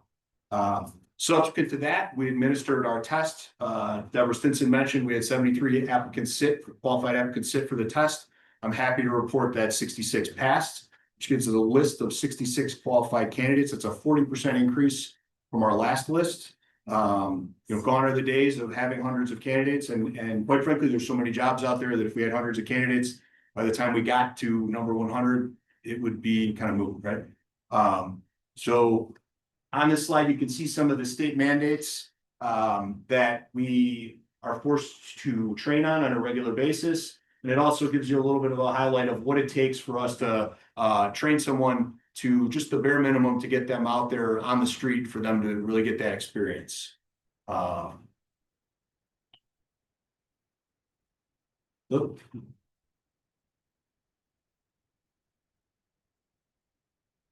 Okay. So we really believe training is vital. You know, we strive for excellence, and we think that training is vital to that. We also think it's vital to building public trust. So this year, 31,765 hours of training. Just to kind of throw it out there, that amounts to about 15% of a average police officer's work year is dedicated to training. For our newer officers, it's going to be a substantially higher percentage of their time, and for some of our most seasoned officers, it might be slightly less, but it's still probably going to be in excess of 10%. So you can see that there is we're trending upward. What's causing that? We talked about some of the state mandates on the last slide. New hiring onboarding is obviously very labor intensive. We saw some of that on the last slide. And then obviously professional development. Once again, we're in a competitive industry. We want to retain our people. Professional development and career growth is something that is near and dear to them and important to them. Where do they see themselves in the future? We want to make sure that we train them to prepare them to be successful in those roles. Fleet improvement. Last year, we discussed a lot of the automotive supply chain. Actually, the last 2 years in a row, we've discussed the automotive supply chain issues and how Public Works and Police Department has really had to take an out of the box approach to acquiring replacement squad cars. This is just it's an incredible accomplishment if you look back at what your average year is. 17 vehicles in our fleet have been replaced in this fiscal year. That's a really incredible number. There's a lot that goes into it's not just purchasing an equipment and putting it on the road. There's a lot that goes into that. You know, from striping them, marking them, light bars, computers. There's a lot of equipment that gets transferred over from the prior vehicle. So a lot goes into that. Just to highlight this year, 8 of those are hybrids, 7 of them are electric, 2 are gas. The gas are both animal control vans. Other than that, you see here the co-responder unit is the unmarked Ford on the far left corner. And then those other vehicles are an assortment. The top right is one of our EV Blazers. The center is the back view of one of our EV Blazers. And then the other 2 are hybrids within our fleet. This year, we are projected to acquire another 5 hybrid patrol vehicles. Okay, community engagement. We think our relationship with the community is absolutely vital for public safety. And so we have prioritized community engagement literally at every chance that we get, whether it's just getting out of the car to talk to some kids at the park or some of these more standardized events that we have listed there. It's just key to fostering relationships within the community and building trust, which is key to or vital to public safety. We find these engagements to be a great way to connect with the community. We also find them to be a great way to understand what the community is looking for from us. And then the other side of that coin is it's also a great opportunity for us to educate them on how we do things and why we do things the way we do. So these are some of the highlights of this year. These are some more. That I'm going to move on to our fiscal year 27 initiatives. So it is our goal. This is the year that we believe that we can get to and stay at full staff. That would include unfreezing one of our officer positions. We believe that's absolutely vital to continuing the high level of service that we provide for the community. An example of that is, unfreezing that position is going to allow us to assign more cases for follow-up for crime victims within the village in the investigation section. We really think that to have a sustainable workforce, we've asked a lot of our workforce over the last several years, and to make it sustainable for them and continue to provide that incredibly high level of service that we provide the community, this is key. In addition to that, we're going to continue our recruitment and retentions efforts, like I said before, never ending process, right? We plan to backfill some of the specialty vacancies, and what that's going to do for us, it's going to allow us to provide that high level of service in those specialty areas. And it's also going to create what we talked about earlier, that career development opportunity within our workforce to help us retain our best and brightest. We've seen some neighboring agencies struggle with that, where the lack of opportunities cause some of their people to look for opportunities other places. We do not want to fall into that category. We do not want to be a training ground for other departments. We want to get the best, train the best, and then provide them as many opportunities in their career as they can. Additionally, fiscal year 27, we've got some initiatives that are directly related to the strategic plan. We're looking to expand our use of data and technology, be a little bit smarter about how we allocate our resources based on some data. We're developing in the initial stages of developing those public facing dashboards. Those would be public safety, so there'd be some consistency between police and fire. We're looking to test the waters on a real-time crime center. We have the technology to do it. What is a real-time crime center? It's a really hard thing to summarize. I'd say it's a centralized police unit that uses live technology, whether it's cameras, data systems, to provide officers with timely information to either prevent or apprehend people responsible for crimes. It's a It's a relatively new phenomenon that we're seeing rolled out in a lot of other communities and with a lot of success, largely because there's been so many increases in the technology available to law enforcement. Next Gen 911, incredible upgrade for our dispatchers and then for members of the community. What are some of the technologies we're going to be able to use that for? Live translation for a number of languages with the dispatcher, rather than having to figure out how to get a hold of somebody on a language line or find a translator. That communications operator is going to be able to, in real time, get live translation in the language and be able to speak back to the caller, and it will be translated back to them. Also going to allow for 911 callers to text videos or photos from the scene, and it will in turn allow the communications operators to send a link to that caller's phone, and we'll be able to get a live video feed of what's going on the scene, which that wouldn't necessarily be appropriate in every situation, but in a situation where it is appropriate, it's going to provide real-time information, which the dispatchers can then provide to our officers. Thank you. Last initiative I'll talk about is we're looking to establish our job duties, hire and train the digital evidence specialist position that's in this proposed budget. We entered the realm of body worn cameras several years ago. When we were testing out the waters and talking to the vendors, they all told us that there was going to be an administrative requirement to this. They told us back then it was probably going to land somewhere between 2 and 3 officers, or I'm sorry, not officers, staff. We don't really put positions in the budget just based on the proposal or the assessment of an outside vendor. So we've been assessing what our needs are, and we've gotten to the point, not because of what we were concerned with then, but because of the phenomenon of YouTubers FOIAing body-worn camera, to where it's been a burden that we can no longer sustain within our current infrastructure. We're looking to stand that up and relieve that burden. With that, I welcome any questions. Thank you, Chief. Can you tell us what are specialty vacancies you talk about? Wanted to back for those. What would be some examples? So we have a lot of specialties within our building. I spoke briefly about the most obvious one, and that is investigator or detective, as it's called. So we have strategically, as we've had retirements, we have strategically interspersed vacancies so that no one part of the police department is unduly burdened by vacancies. We've tried to spread them out. You know, so there's been a detective vacancy in investigations for several years. We strive to provide follow-up on as many crimes reported as we possibly can. And additionally, detectives also do our background investigations. So we've been doing so much hiring that they all have really been, we've asked a lot of our detectives. They've done a lot of extra work. They've taken on additional caseloads. You know, sometimes that means they're working longer hours. They spend a lot of time in court.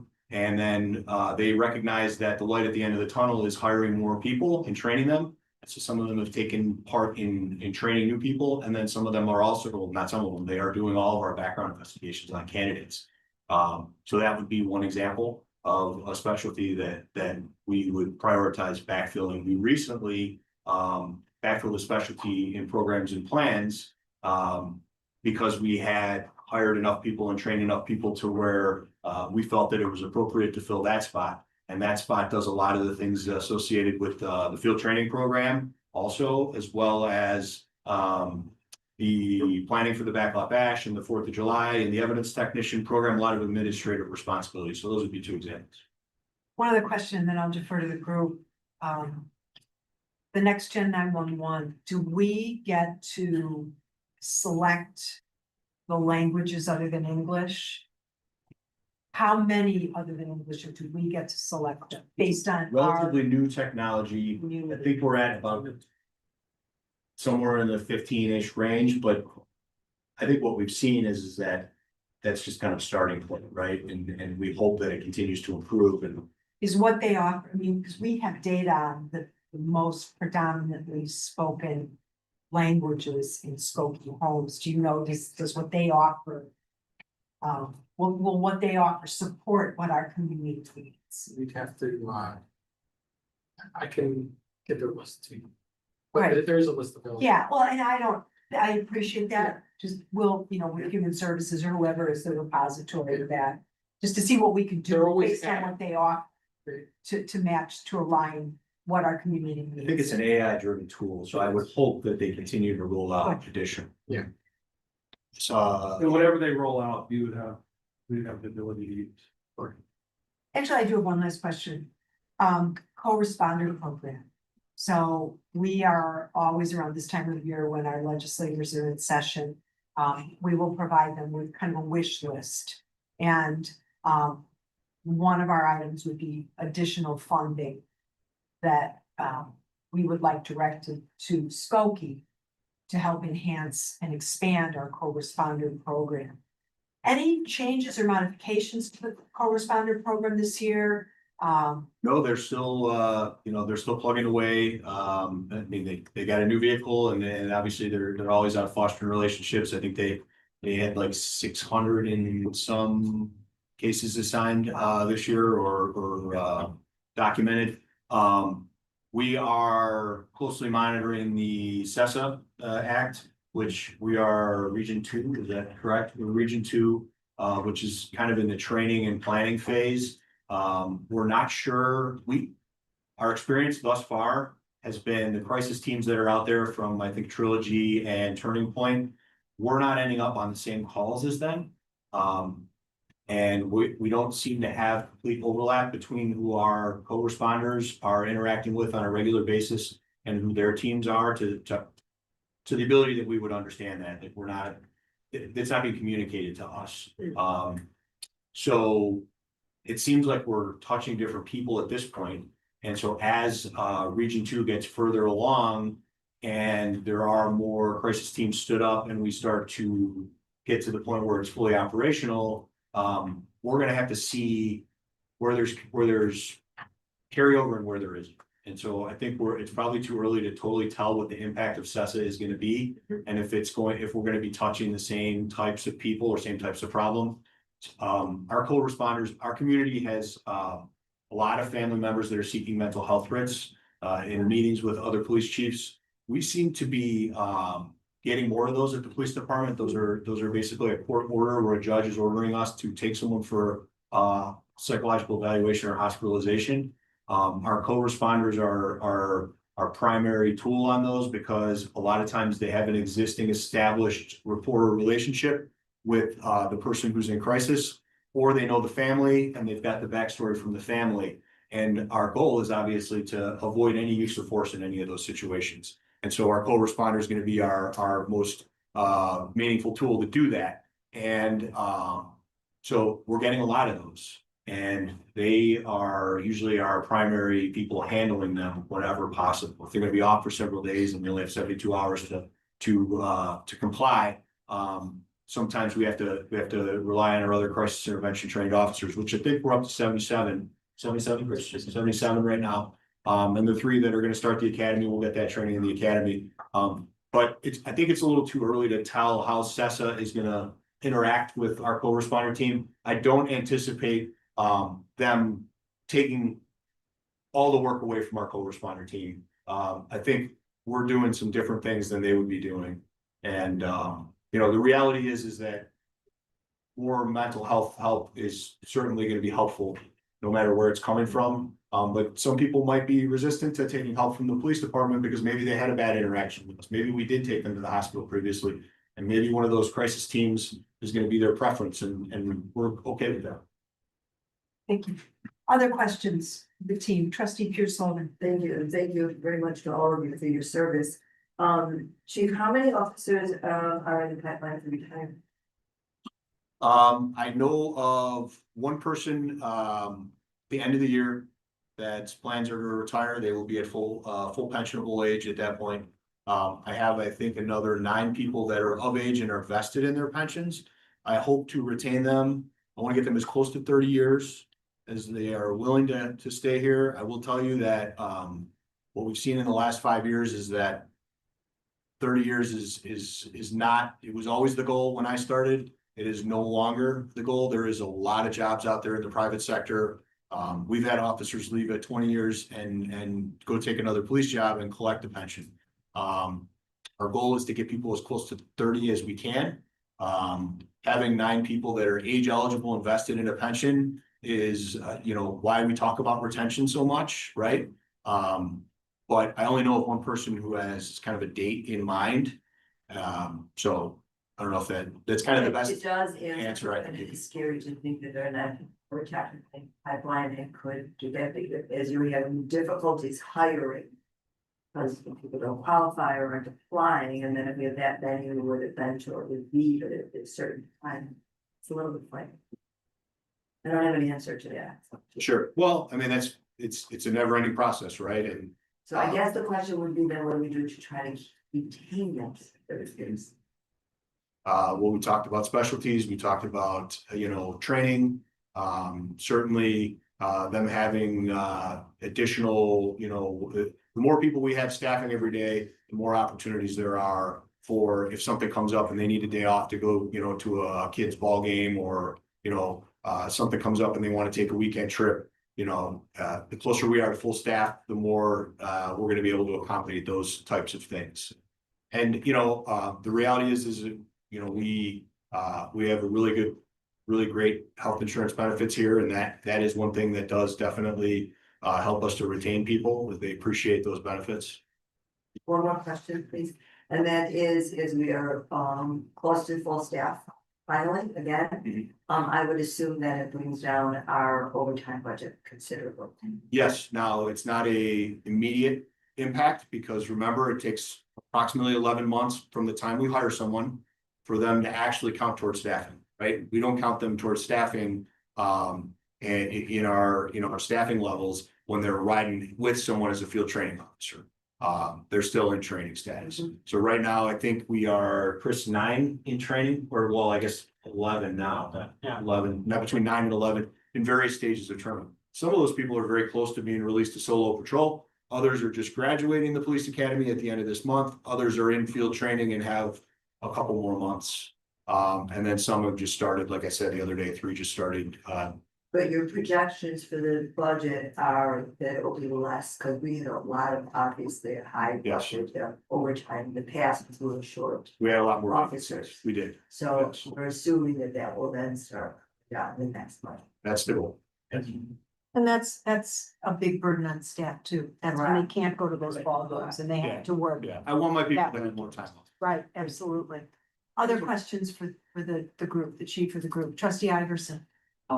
Trustee, Pierce Slovin's questions, I think, are obviously really, really important. And, the quality of life is probably a great way to keep people that are able to leave, from leaving. I'm hoping that the AI or other technologies help to lift the burden of paperwork to some degree. Do you think that's happening, or is that a possible thing? Our administrative burden, at just about every level has not gone down, it has gone up. That said, there is some AI technologies related to report writing that are out there. We have not jumped in on them yet. There is some skeptics out there. The state's attorney's office, some places are kind of in the trial phase, and the state's attorney's office is kind of in neutral on them. I think it's the future, but as with any new technology, as it gets rolled out, there's going to be hiccups, and there's going to be skeptics, and there's going to be unintended consequences that have to get worked out. We're seeing that happen, and it's incredible technology, and I think it will be helpful to free up more time to do other things. The ticket writing software and some of the other things are definitely better than when I used to handwrite them. I think several of us handwrote tickets when we started. I mean, we handwrote reports when I started. And so there's been improvements there, but we do more reports, we document more. We now have all this body camera, so we have all that data. It needs to be categorized. It needs to be on the proper retention period. Sometimes it needs to be reviewed by supervisors and such for certain investigations. So like I said, the job's gotten more complicated. It really has. I would think that would be a very important part, obviously, to improve the quality of life. Then on the same kind of vein, the training is obviously important, obviously, and I know this is stage. However, it's, as that number keeps going up, it does take people away from work and into training. There must be diminishing returns at some point. How do you measure that? And when you see it, how do you communicate it, especially when so much of it's driven at the state level? Sure, sure. Well, a lot of it is driven by when somebody gets assigned to a new specialty. We have kind of our own curriculums. If you become an evidence technician, we're gonna send you to Northwestern Center for Public Safety. We're gonna send you to Imprimis Forensics. We're gonna send them to some core foundational trainings that it could be, anywhere between 40 and 120 hours of foundational training. Our drones is a technology we've expanded over the last several years, game changer, right? Missing persons, overwatch during large scale public events. It is just a force multiplier. It is really rigorous training. It's expensive machinery, right? But it's also, you need to be able to navigate it safely especially when you're over crowds and such. So the FAA regulates it. So there's an FAA test it's a very difficult test, I'm told. And so we want to make sure that we prepare our people so that they pass the test on the first try, right? And then once that's just the bare minimum standard, it's a perishable skill. So they need to get practice on a regular basis as well, so that they're ready to go when it's an operational deployment. So a lot of our training is that, and then a lot of it is when we have brand new people, and then we have our state mandates. Our SWAT team, incredible resource to the community, is a call out team. What I think it's important for the community to know about our SWAT team is that because they're a call out team, that is a resource of skills, training, and equipment that is interspersed throughout our agency and is out on patrol at any given time. If a domestic comes out where it turns into a barricaded subject, if I have a SWAT team leader on scene right then, that could alleviate the need for a SWAT call out. Maybe they can say, you know what, so-and-so is a hostage crisis negotiator. We're gonna bring them to the door. We're gonna call this person's cell phone and we're gonna ask them to come out. So there's a lot of training that goes into that. But it's, if there's a critical incident, some kind of an active threat or something like that, we want those resources to be out in patrol and investigations and our supervisory staff to be the first people on scene and handle it appropriately based on that higher skill level and training. So training, we try and be on the cutting edge of training. We haven't gotten to that point of diminishing return yet. We do see sometimes where there are mandates that we need to meet, and we need to meet them because they're a mandate, but there might be something that's really more important that has to wait till next year because we need to make sure that we stay in compliance with those mandates. Thank you. Trustee Schechter.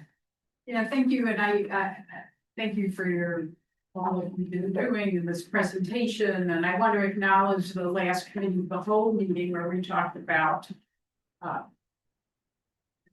immigration enforcement, and we also raised the issue of something that we hadn't seen a year ago when we were in budget hearings.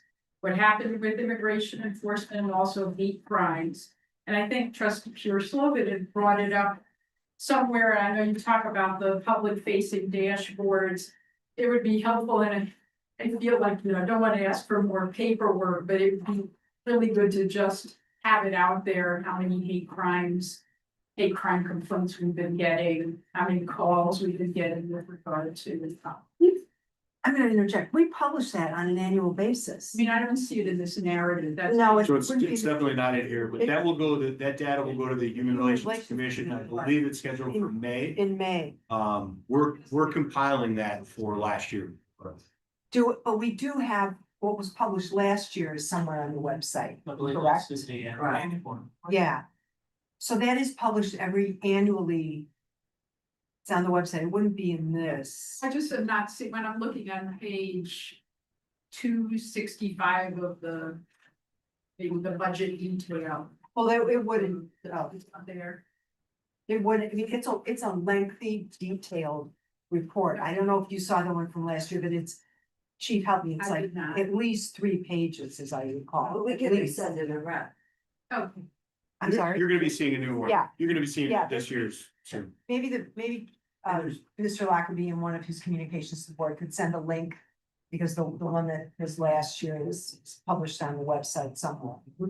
And there's, police have involvement, Health and Human Services have involvement, the Human Relations Commission have involvement. So, there's been an orchestrated multidisciplinary approach to this topic, and so it doesn't appear in every document. Happy to share it again. I have a question about, we have talked a couple of times over the last 6 months or so about the possibility of revisiting the roll calls in the parks. Where does that stand for as It'll a be in possibility in FY 27? It'll be in our community engagement plans for the year. The Wonderful, logistics will be a little different than last time, sure. but you'll see it. You'll keep us posted? Absolutely. Wonderful, thank you. Any other questions for our chief and his wonderful team? Okay, we're Thank you all. grateful. Thank you all for your hard work. Congratulations to Chris on his promotion this year, and thank you, please stay safe. Thank you for being for us.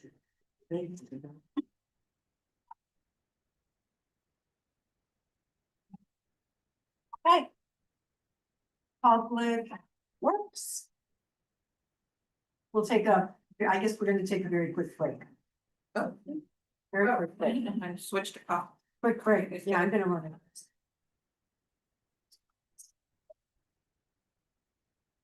Let's take 5 minutes.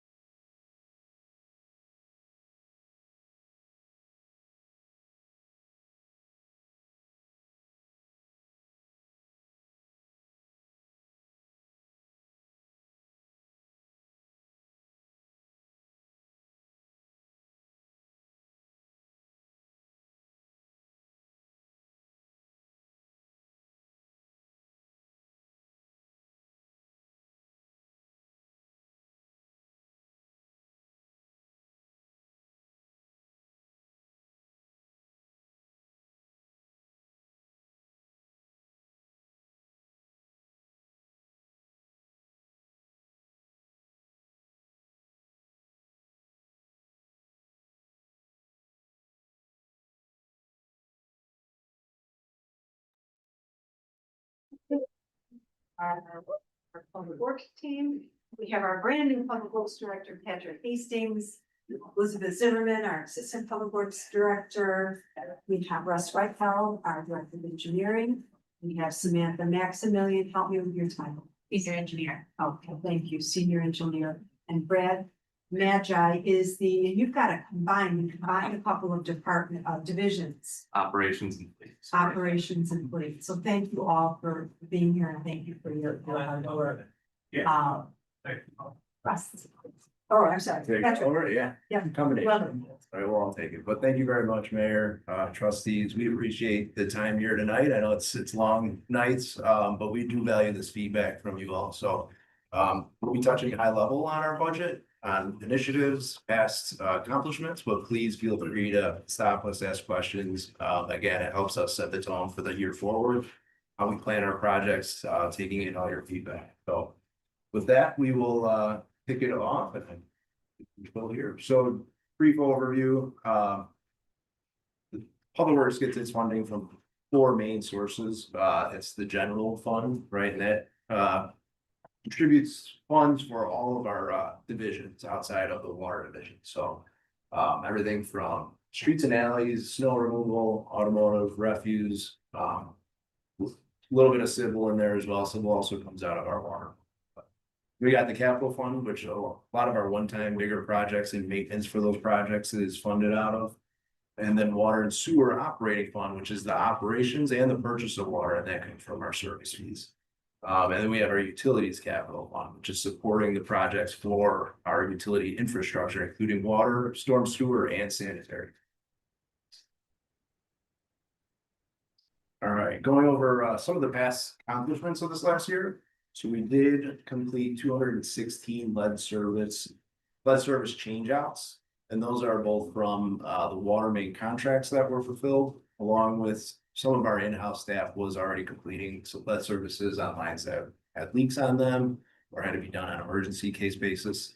569 trees were planted. That's significant because it is up from years in the past. Thanks in part to increased funding and some grants that were received by staff. Big year for electric vehicles as well. There's, I believe, electric vehicles in each department now at this point. So a couple went on the road with police. Along with fire as well. And there was a big push in our charging infrastructure. We'll touch base on the year forward a little bit later. And then also native planting. So we do have cyclical funding in there to support some of the green initiatives that came out of the sustainability plan. Last year, the Madison detention was redone along with natives in the landscape area. We will be completing a project this coming year. Pictures from, that's the Beautification Commission, right? That is at Louise and Pat, where they installed some native plants.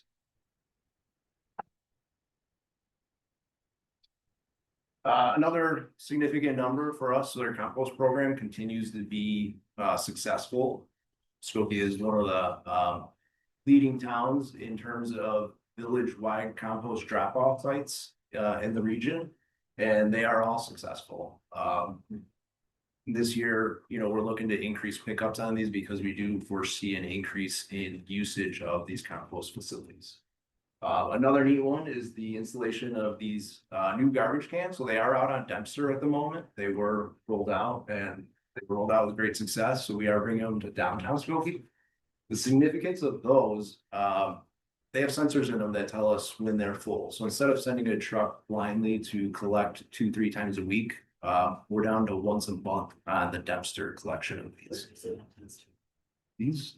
Yeah, West Dempster has them, and so we worked with our refuse staff to really know which areas to put them. But you'll see them mostly near fast food restaurants or bus stops where a lot of garbage is generated. And this was on the Village Green, it was installed yesterday. Correct? You see that? Right, new installation. It is offering recycling capabilities now too. Another neat feature of these, so with our old cans that are, or the current cans in downtown Skokie, we do have on windy days litter that does blow out of them and the caps blow off. So these are fully contained containers, so limiting on that litter debris as well.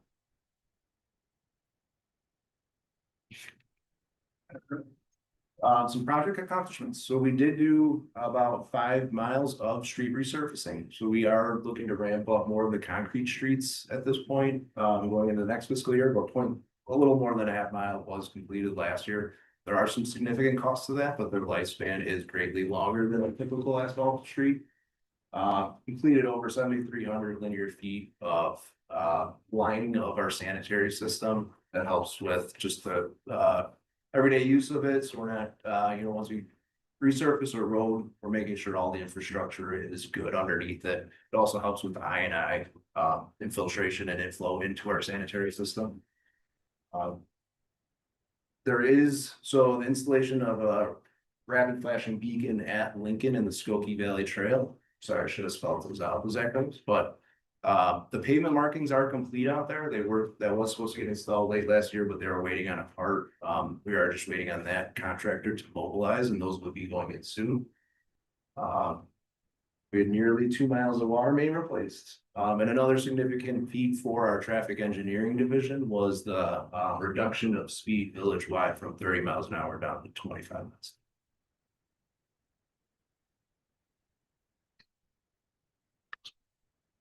So going into the new fiscal year, we are looking at 3 miles of street resurfacing. And again, that is incorporating some more of the concrete streets. So the length tends to not be there, but we are still utilizing that funding for concrete streets. We feel like that's the need at this moment. We're also going to be performing street sufficiency study to see, the condition of our road network and see if we have to reprioritize going in the next fiscal years where to stay at the forefront of our road infrastructure. We have about 1.7 miles of water main anticipated to be replaced. This water main will be in conjunction with lead service, the contracted side of our lead service change out program. And then I know, so lead service has been discussed at length.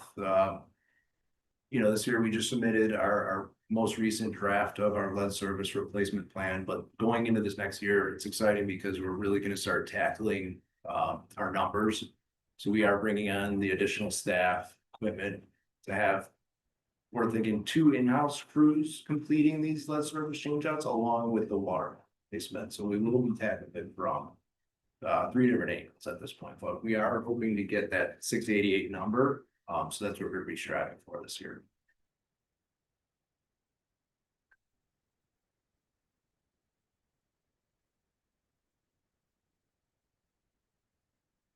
Another big one for us is the transmission main assessment. So there will be some additional funding for this, and in subsequent years, we will be budgeting for any deficiencies that we find for it or needed upgrades on our main transmission lines. This picture is kind of the technology that we just recently had at the board, where they can send signals down the water main and it will point out those weak spots. So it will also show if there's any leaks on our transmission lines as well. 2 other big resurfacing projects, or 3, I should say. We have Howard Street resurfacing design and Grosse Point. So both of these are really going to look at the bike and ped facilities on these locations. Howard already has a significant amount, but where we can bolster that, we will. And then same with Grosse Point. And we did receive those through a partially STP funding, right? So a lot of that design right now is on 80-20 split, I believe. And what's the funding agency? That is through our mayor's sponsor. Northwest Municipal Conference, North Shore Council of When you Mayors. said STP, I wasn't sure what that meant. Service transportation. So Thank you. along with Waller Avenue. So we did get or we're in for funding for the design of this one. But that would be from Gulf Orchard, Old Orchard next to Niles High School. And then another significant project that we'll be kicking off this year is the design of our first leg of our stormwater master plan project. So this came out of Stormwater Task Force. So there is funding for the design of this, and then we will be seeking additional funding for the construction, which would happen then subsequently in fiscal year 28.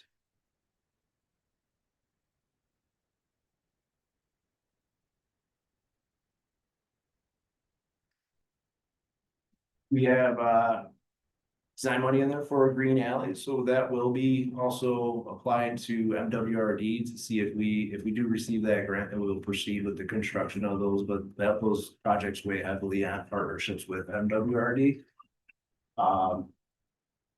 Another initiative that came out of the sustainability plan was increased native planting areas, so we will continue this year over year. And then coming into this next year, there is a portion of the north CTA lot, where is that, northern dumpster there.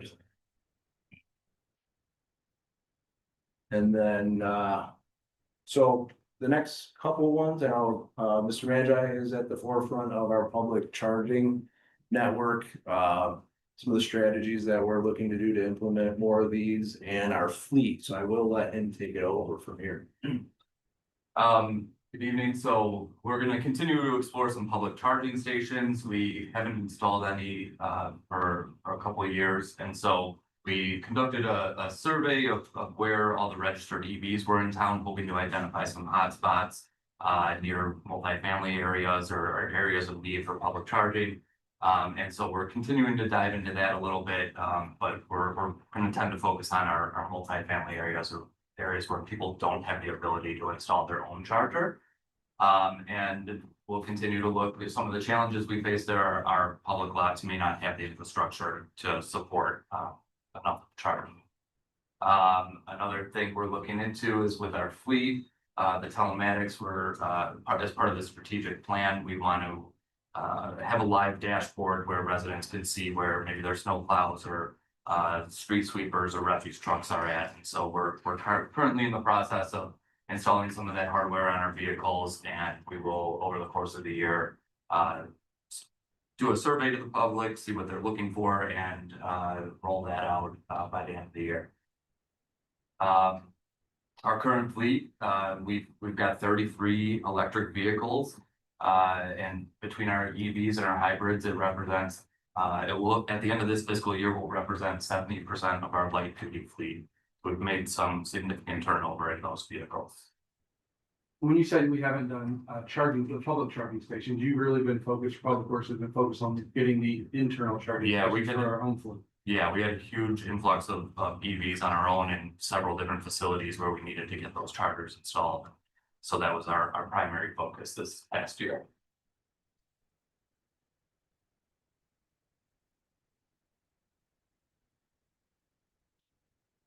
Then we'll just talk about the automotive division. You know, we're still facing some challenges with parts costs. There's a increase in the operating budget for some of those increases. We're still seeing some tariff effects.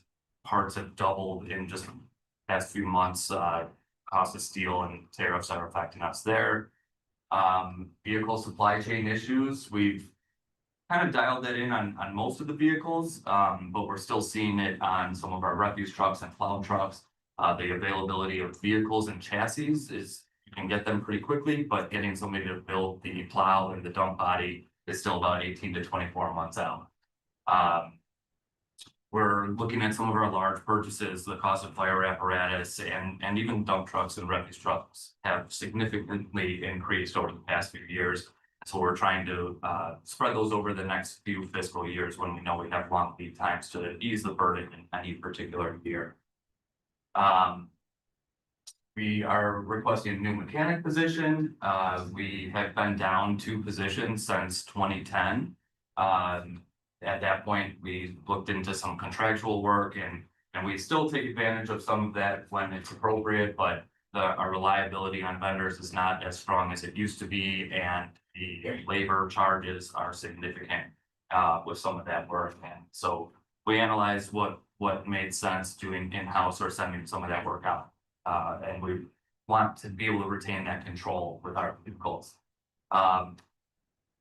So with that new position, we'll be able to be more proactive with some of these repairs. We'll be able to do some more refurbishes in-house and catch some of these repairs before they turn into bigger issues, more costly issues.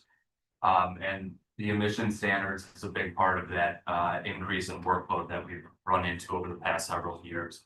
And model year 27 is going to be another change to the diesel engine emission standards. And a lot of unknowns there, a lot of increased costs, and so we're trying to get ahead of that and do as much of that as we can in-house. We do have, excuse me, another significant change in our engineering staffing, and so we wanted to showcase that a little bit more too, and Russ, if you want to dive into it, but. Yeah, good evening. So our current civil engineer is our longest tenured employee engineer. He's looking at retirement. So in terms of succession planning, but then also additional bandwidth for project management and getting all of our projects done, we are requesting another civil engineer position. It was more flexibility with all the projects we're running down right now.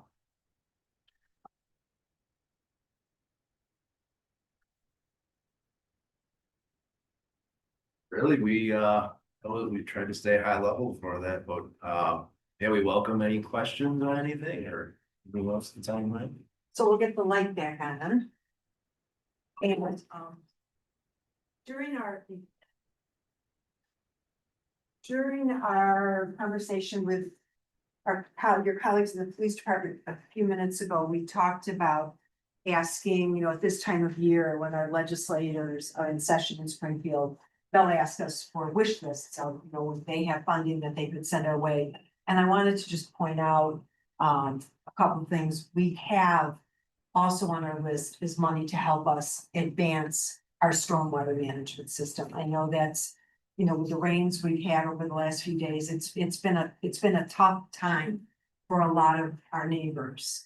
And village manager reminded me today, and I had forgotten about this, that we do reimburse residents for up to $7,500 for installation of overhead sewers. I have overhead sewers in my home that we installed after flooding shortly after we moved in 16 years ago. And it was an expensive proposition, but just the fact that the village is willing to step up and reimburse residents for $7,500, up to $7,500 is huge. Up to 75. Say it better than I did. Correct, so. The amount is up to 7,500, and so if a resident incurs 15,000, then the village would reimburse up to 75. Right. Correct. So when we did it in 2013, it was $13,000 is what it was back then. So that would be like a 6,500. Right. So anyway, the program didn't exist back then, which I'm not complaining about. I'm just really, again, delighted that we can offer that now. I know, I'm gonna stay on this for a moment. I know there were some pictures online that I saw of really extensive flooding in alleys. Can someone talk about that? Sure, yeah, we talked about it internally today as well, and when we go through and do resurfacing projects, and Russ can touch base on this a little bit more, but we do make sure that the alley approach elevations are as low as possible now. So when operations goes in there to regrade those alleys, we have better flow on. So that has been, you can touch base on it a little bit more, but within the last few years, we're making a more wholehearted effort to address that alley flood. So for areas where it's happened over the last couple of days, I'm assuming there's a list and we're responding, or we're going to be looking at the locations that have been reported to us. Yes, and if you want to talk about backyard flooding as well. Yeah, so I think a lot of the concerns you just mentioned have come to us in the form of the backyard flooding program. And so the village offers the residential backyard drainage assistance program. And so essentially engineering staff will visit any interested property and provide them an assessment of the property, tips and tricks of anything they can do to help them in terms of flooding or drainage issues. And then kind of the biggest thing we'll do is that we'll do a full survey and we'll design an underground drain. And so if the property owners is interested in moving forward with that, we'll waive all the permit fees. That's part of the program. And then they work with a vendor and get that system installed with the design that we provided them. And so that very frequently goes part and parcel with alley concerns. And so over the last number of years, we've really dialed in our alleys, our streets and alleys crews now have survey equipment. So they can shoot the elevations and confirm that the spot they're standing on is higher than the spot the water's supposed to go to. And so we work very closely with them whenever there's a concern that gets to us and we're made aware of the issue, or we identify the issue and we seek to correct it. Thank you. One couple of quick things and then I'll see what questions the group might have. Just to commend Public Works for this, you know, we're talking about stormwater and water and just the lofty goal of completing nearly 700 lead service line replacements this year. That's huge. I know that's a worry to so many families in Skokie, and I'm really delighted that through our village manager's office, we've been able to expand that and applaud the Public Works Department for your efforts to help us just accomplish more and more and get that out of the way for our community. And then the last thing for me, how cool is that telemetrics live dashboard going to be? To be able to go online and see where your garbage truck is, where the snow plow is. I mean, that's gonna be really a nice innovation. So look forward to that. One last thing quickly about flooding. I think it's important to note the issues that have happened over the last few days, that it's not specific to Skokie. Our neighbors, other communities, because of the issues, you know, a myriad issues. Skokie is not the only community experiencing these flooding problems. So it's like Trustee Iverson's got something. Oh, no? No. Okay, we'll start with Trustee Pearce Sullivan and then Trustee Robinson. Thank you. I think there are a couple of things. Thank you. One is I probably should know the answer, but can't. Where are we with the Church Street project and the bike lanes? Yeah, so the county portion did put their striping down for the bike lanes, and then you went to delve in more to the rest of that. Yeah, so Church Street west of Grosse Point is county and they resurfaced it last year. And then they have already mobilized this year, as Patrick indicated, to put down their portion of the the striping. And then the portion east of Grosse Point is IDOT. And so that's the project that a village initiated project on the state route. And so that project is underway. I believe it got underway last week. Construction proper started last week. Even before that, they installed the temporary traffic signal at Church and Nile Center. So that project is underway and will be completed by the end of this construction season. Okay, thank you. And my second question is that we reduced refuse pickup to once a week. A couple years ago. And I wanted to know, has there been a significant increase in overflowing refuse? Not talking about rats. Overflowing in homes, you know, you had difficulties with overflowing refuse because they don't get to garbage pickups. You noticed anything, any complaints? Has it kind of died down? Do you want to take this? Sure. I would say single family have had requests have very much died down. So we had kind of some initial rollout. We are still looking at these multifamily areas. It's essentially 4 households in a very tight spot. And so we are actively looking at some solutions for those. There's a lot of rentals in there that, you know, we have some different options of looking at our commercial contract with like extra pickups and, you know, those sorts of things. So so that I would say single family standard, we're not seeing it, and the multifamily areas, I think we're gonna focus more on, you know, this upcoming year as well. Thank you. Thank you, Ms. Alden. Trustee Robinson. Yes, I had a question about the water mains. The infamous water mains. I know there was some specific intent about doing a review and assessment of the other in the village. What's your assessment? Is there a plan to look at the other water mains and see what the integrity is of those ones? Yeah, so we have I think it's nearly 90,000 linear feet of what's considered transmission main, and that's 16 inches and higher. So currently we have a contract underway to do about 10,000 feet. And so that includes 4 big segments, critical segments, which one that's under the Edens, some train tracks, the segment that was the significance last February 14th. And so we will be addressing some of the most critical first, and then subsequent years, we will continue to fund these assessments see what kind of results we're getting, how fruitful those are, and then what kind of repairs that we have to do as a result of those assessments. And we are continuously gonna be looking at those mains in question. And looking at our system as a whole and seeing if there's any weak points that we need to be addressing. Another big one that is under contract, and we will be initiating it or performing it this year, is the hydraulic modeling. And so that will also tell us where choke points are in the system to increase flows.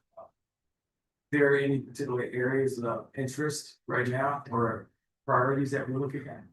No, so I know this last fiscal year, the two big Ys that were removed from the system in question, and those are the ones that were most concerning after that event. So those are removed, and really we're gonna go through this assessment. I will let Director Redfeld here see if he's got anywhere that he's got in mind, but I think we're gonna see what those assessments come back with, and then relook at the lines from there. Yeah, so as you alluded to, we identified approximately 10,000 feet to look at this time, and so that was a conversation with different branches of Public Works to figure out where we needed to do this first pass at getting eyes on and getting an understanding of what that pipe condition is.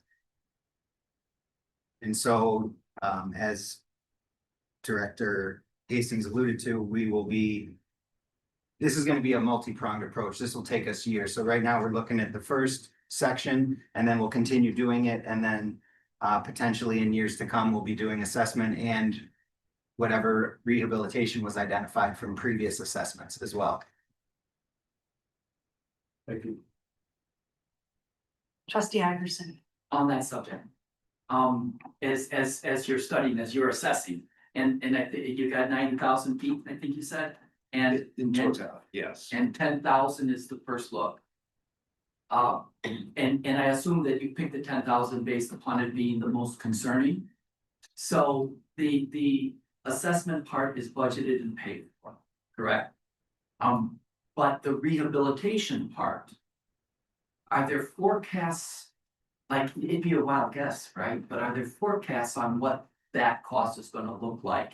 And are we prepared for those costs? That's a good question, and I think there are some big questions out there, but we do have funding in out years to the tune of about 1.5 million each year to correct those issues. So we will be looking at the valves on these lines as well, and taking care of those along with any deficiencies found from there as well. That's something that probably years out will be included in our capital improvement projects budget, in our CIP, which we're gonna hear about. Thank you very much. Could I ask one? Sure. Electric vehicles. You've implemented many, and you've had some time to study them.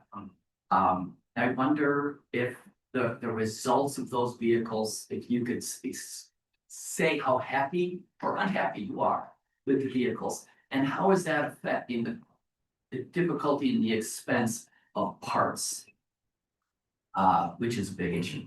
Sure. Yes, just coming in, I've heard nothing but good things from everyone who has been utilizing them. So maybe I could touch base on it a little bit more. So we actually, this year, we got rid of our first EV that was in the fleet for 10 years. And so we have 10 years experience, actually with 2 vehicles now. Over the course of those 10 years, only one had what we would call a major repair, and it was to an air conditioning unit. So nothing specific to the electric components there. And I think I ran some numbers over it ran us about $150 a year of maintenance. So basically no maintenance on these vehicles. In our experience, it was wiper blades and maybe tires. Comparing that to the similar gas vehicle, it was about half the cost of the gas vehicle. We don't have any, big heavy duty ones to compare that to yet, but the maintenance and repair costs are about half. And then now that we're up to, we'll be up to 37 electric vehicles at the end of this fiscal year. And the drivers, originally there were some people that were a little reluctant. They had some range anxiety, and we've had nothing but success with the vehicles. A lot of the people are extremely thrilled to be driving these cars now, even though they were reluctant at first, and they're been a great addition to the fleet. Fantastic. Yeah. Can I ask one last Sure. follow-up? Has there been any consideration given to any sort of supplemental electricity generation in the possession of the village? So for like charging infrastructure? Well, in fact, for that, and then I think the electrical demands for emergency situations is going to increase over time. Yeah, and I think we are looking at solar studies at some of our facilities. I know that's something that we've started looking at to supplement our electricity. As for public stations, because I mentioned there's some infrastructure challenges, you know, charging stations might be good at Channel Park, but we don't have a lot of infrastructure out there. So something like a solar canopy or there's some wind powered ones or combination of such that I would like to explore, and I think would be a cool addition to our charging for the public. Okay, thank you. Yeah. All right, well, thank you. Thank you. Public Works touches, you guys have heard me say this and I'll say it again, every property every day. And we really appreciate the dedication, your leadership, but all the hard work that goes into keeping school safe, clean, well-run community. So thank you all. We'll now shift to talking about our capital improvement program. Is the group gonna stay the same? Actually, they were so efficient, they included it within their You remarks. did. Okay, so there's nothing Water main, to add. water main and roads, yes. Water main and roads, that's the CIP this year. Okay, very good. We're ahead of schedule. Public comments. Is there anyone who would like to address the board? Mr. Donka? When you stand up, we'll start and get ready. We'll start the clock going on your 3 minutes.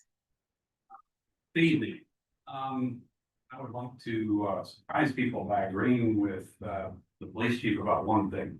We do need a new commander of investigations. That person must come from outside the village of Skokie and must receive a mandate from this trustee board to investigate all forms of white collar crime affecting senior citizens. It is a pandemic in this village and it has not been taken seriously by the current police leadership. We should not promote Mr. Cheatham Shetty, who should be relieved of his duties for his past atrocious behavior to our family. There are many other these things in my June 5th letter which have not been resolved. And there are many complaints we have that involve solicitation. We have a no solicitation sign. One Oakley said, as soon as you have a no solicitation sign, we'll take care of everyone that comes up. Twice, no arrests. He's a liar. We need less deputy chiefs and we need more rank and file people. Moving on to public works. The Church Street thing is still a debacle. The lines aren't painted on the side roads along frontage. The crosswalks aren't painted. The stoplights, which were supposed to be working as of February 1st, are still not fully installed and functional. They're the wrong size. They're made for an intersection that's 6 lanes wide instead of for this. You can't even see the new lights from where your car parks going southbound on Lockwood. The engineering team did not review this proposal from the county at all. And it is a travesty that needs to be knocked down and rebuilt from scratch. Furthermore, at the school where Jane Stenson is and the park is an alley, even Deputy Chief Oakley says there should be a stop sign at the end of that alley. Where is it, Russ? I want it installed. It needs to be installed. It really does. I'm not sure whether it's your jurisdiction or the Mr. county, Donka, by the way. please address the, not our staff. Thank you. It's his fault that it's not done.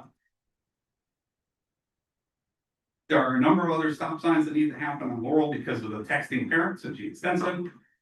We need large mature trees on the county side and the IDOT side of the east side of the Edens between Dempster and Gulf. And we need to remove all the old dead trees and the roots that are attracting rats in that area. We need attention to creating quality of life on the northwest side, and we need fiber internet installed by AT&T Fiber to the whole village, as proposed in 2015 immediately. Thank you.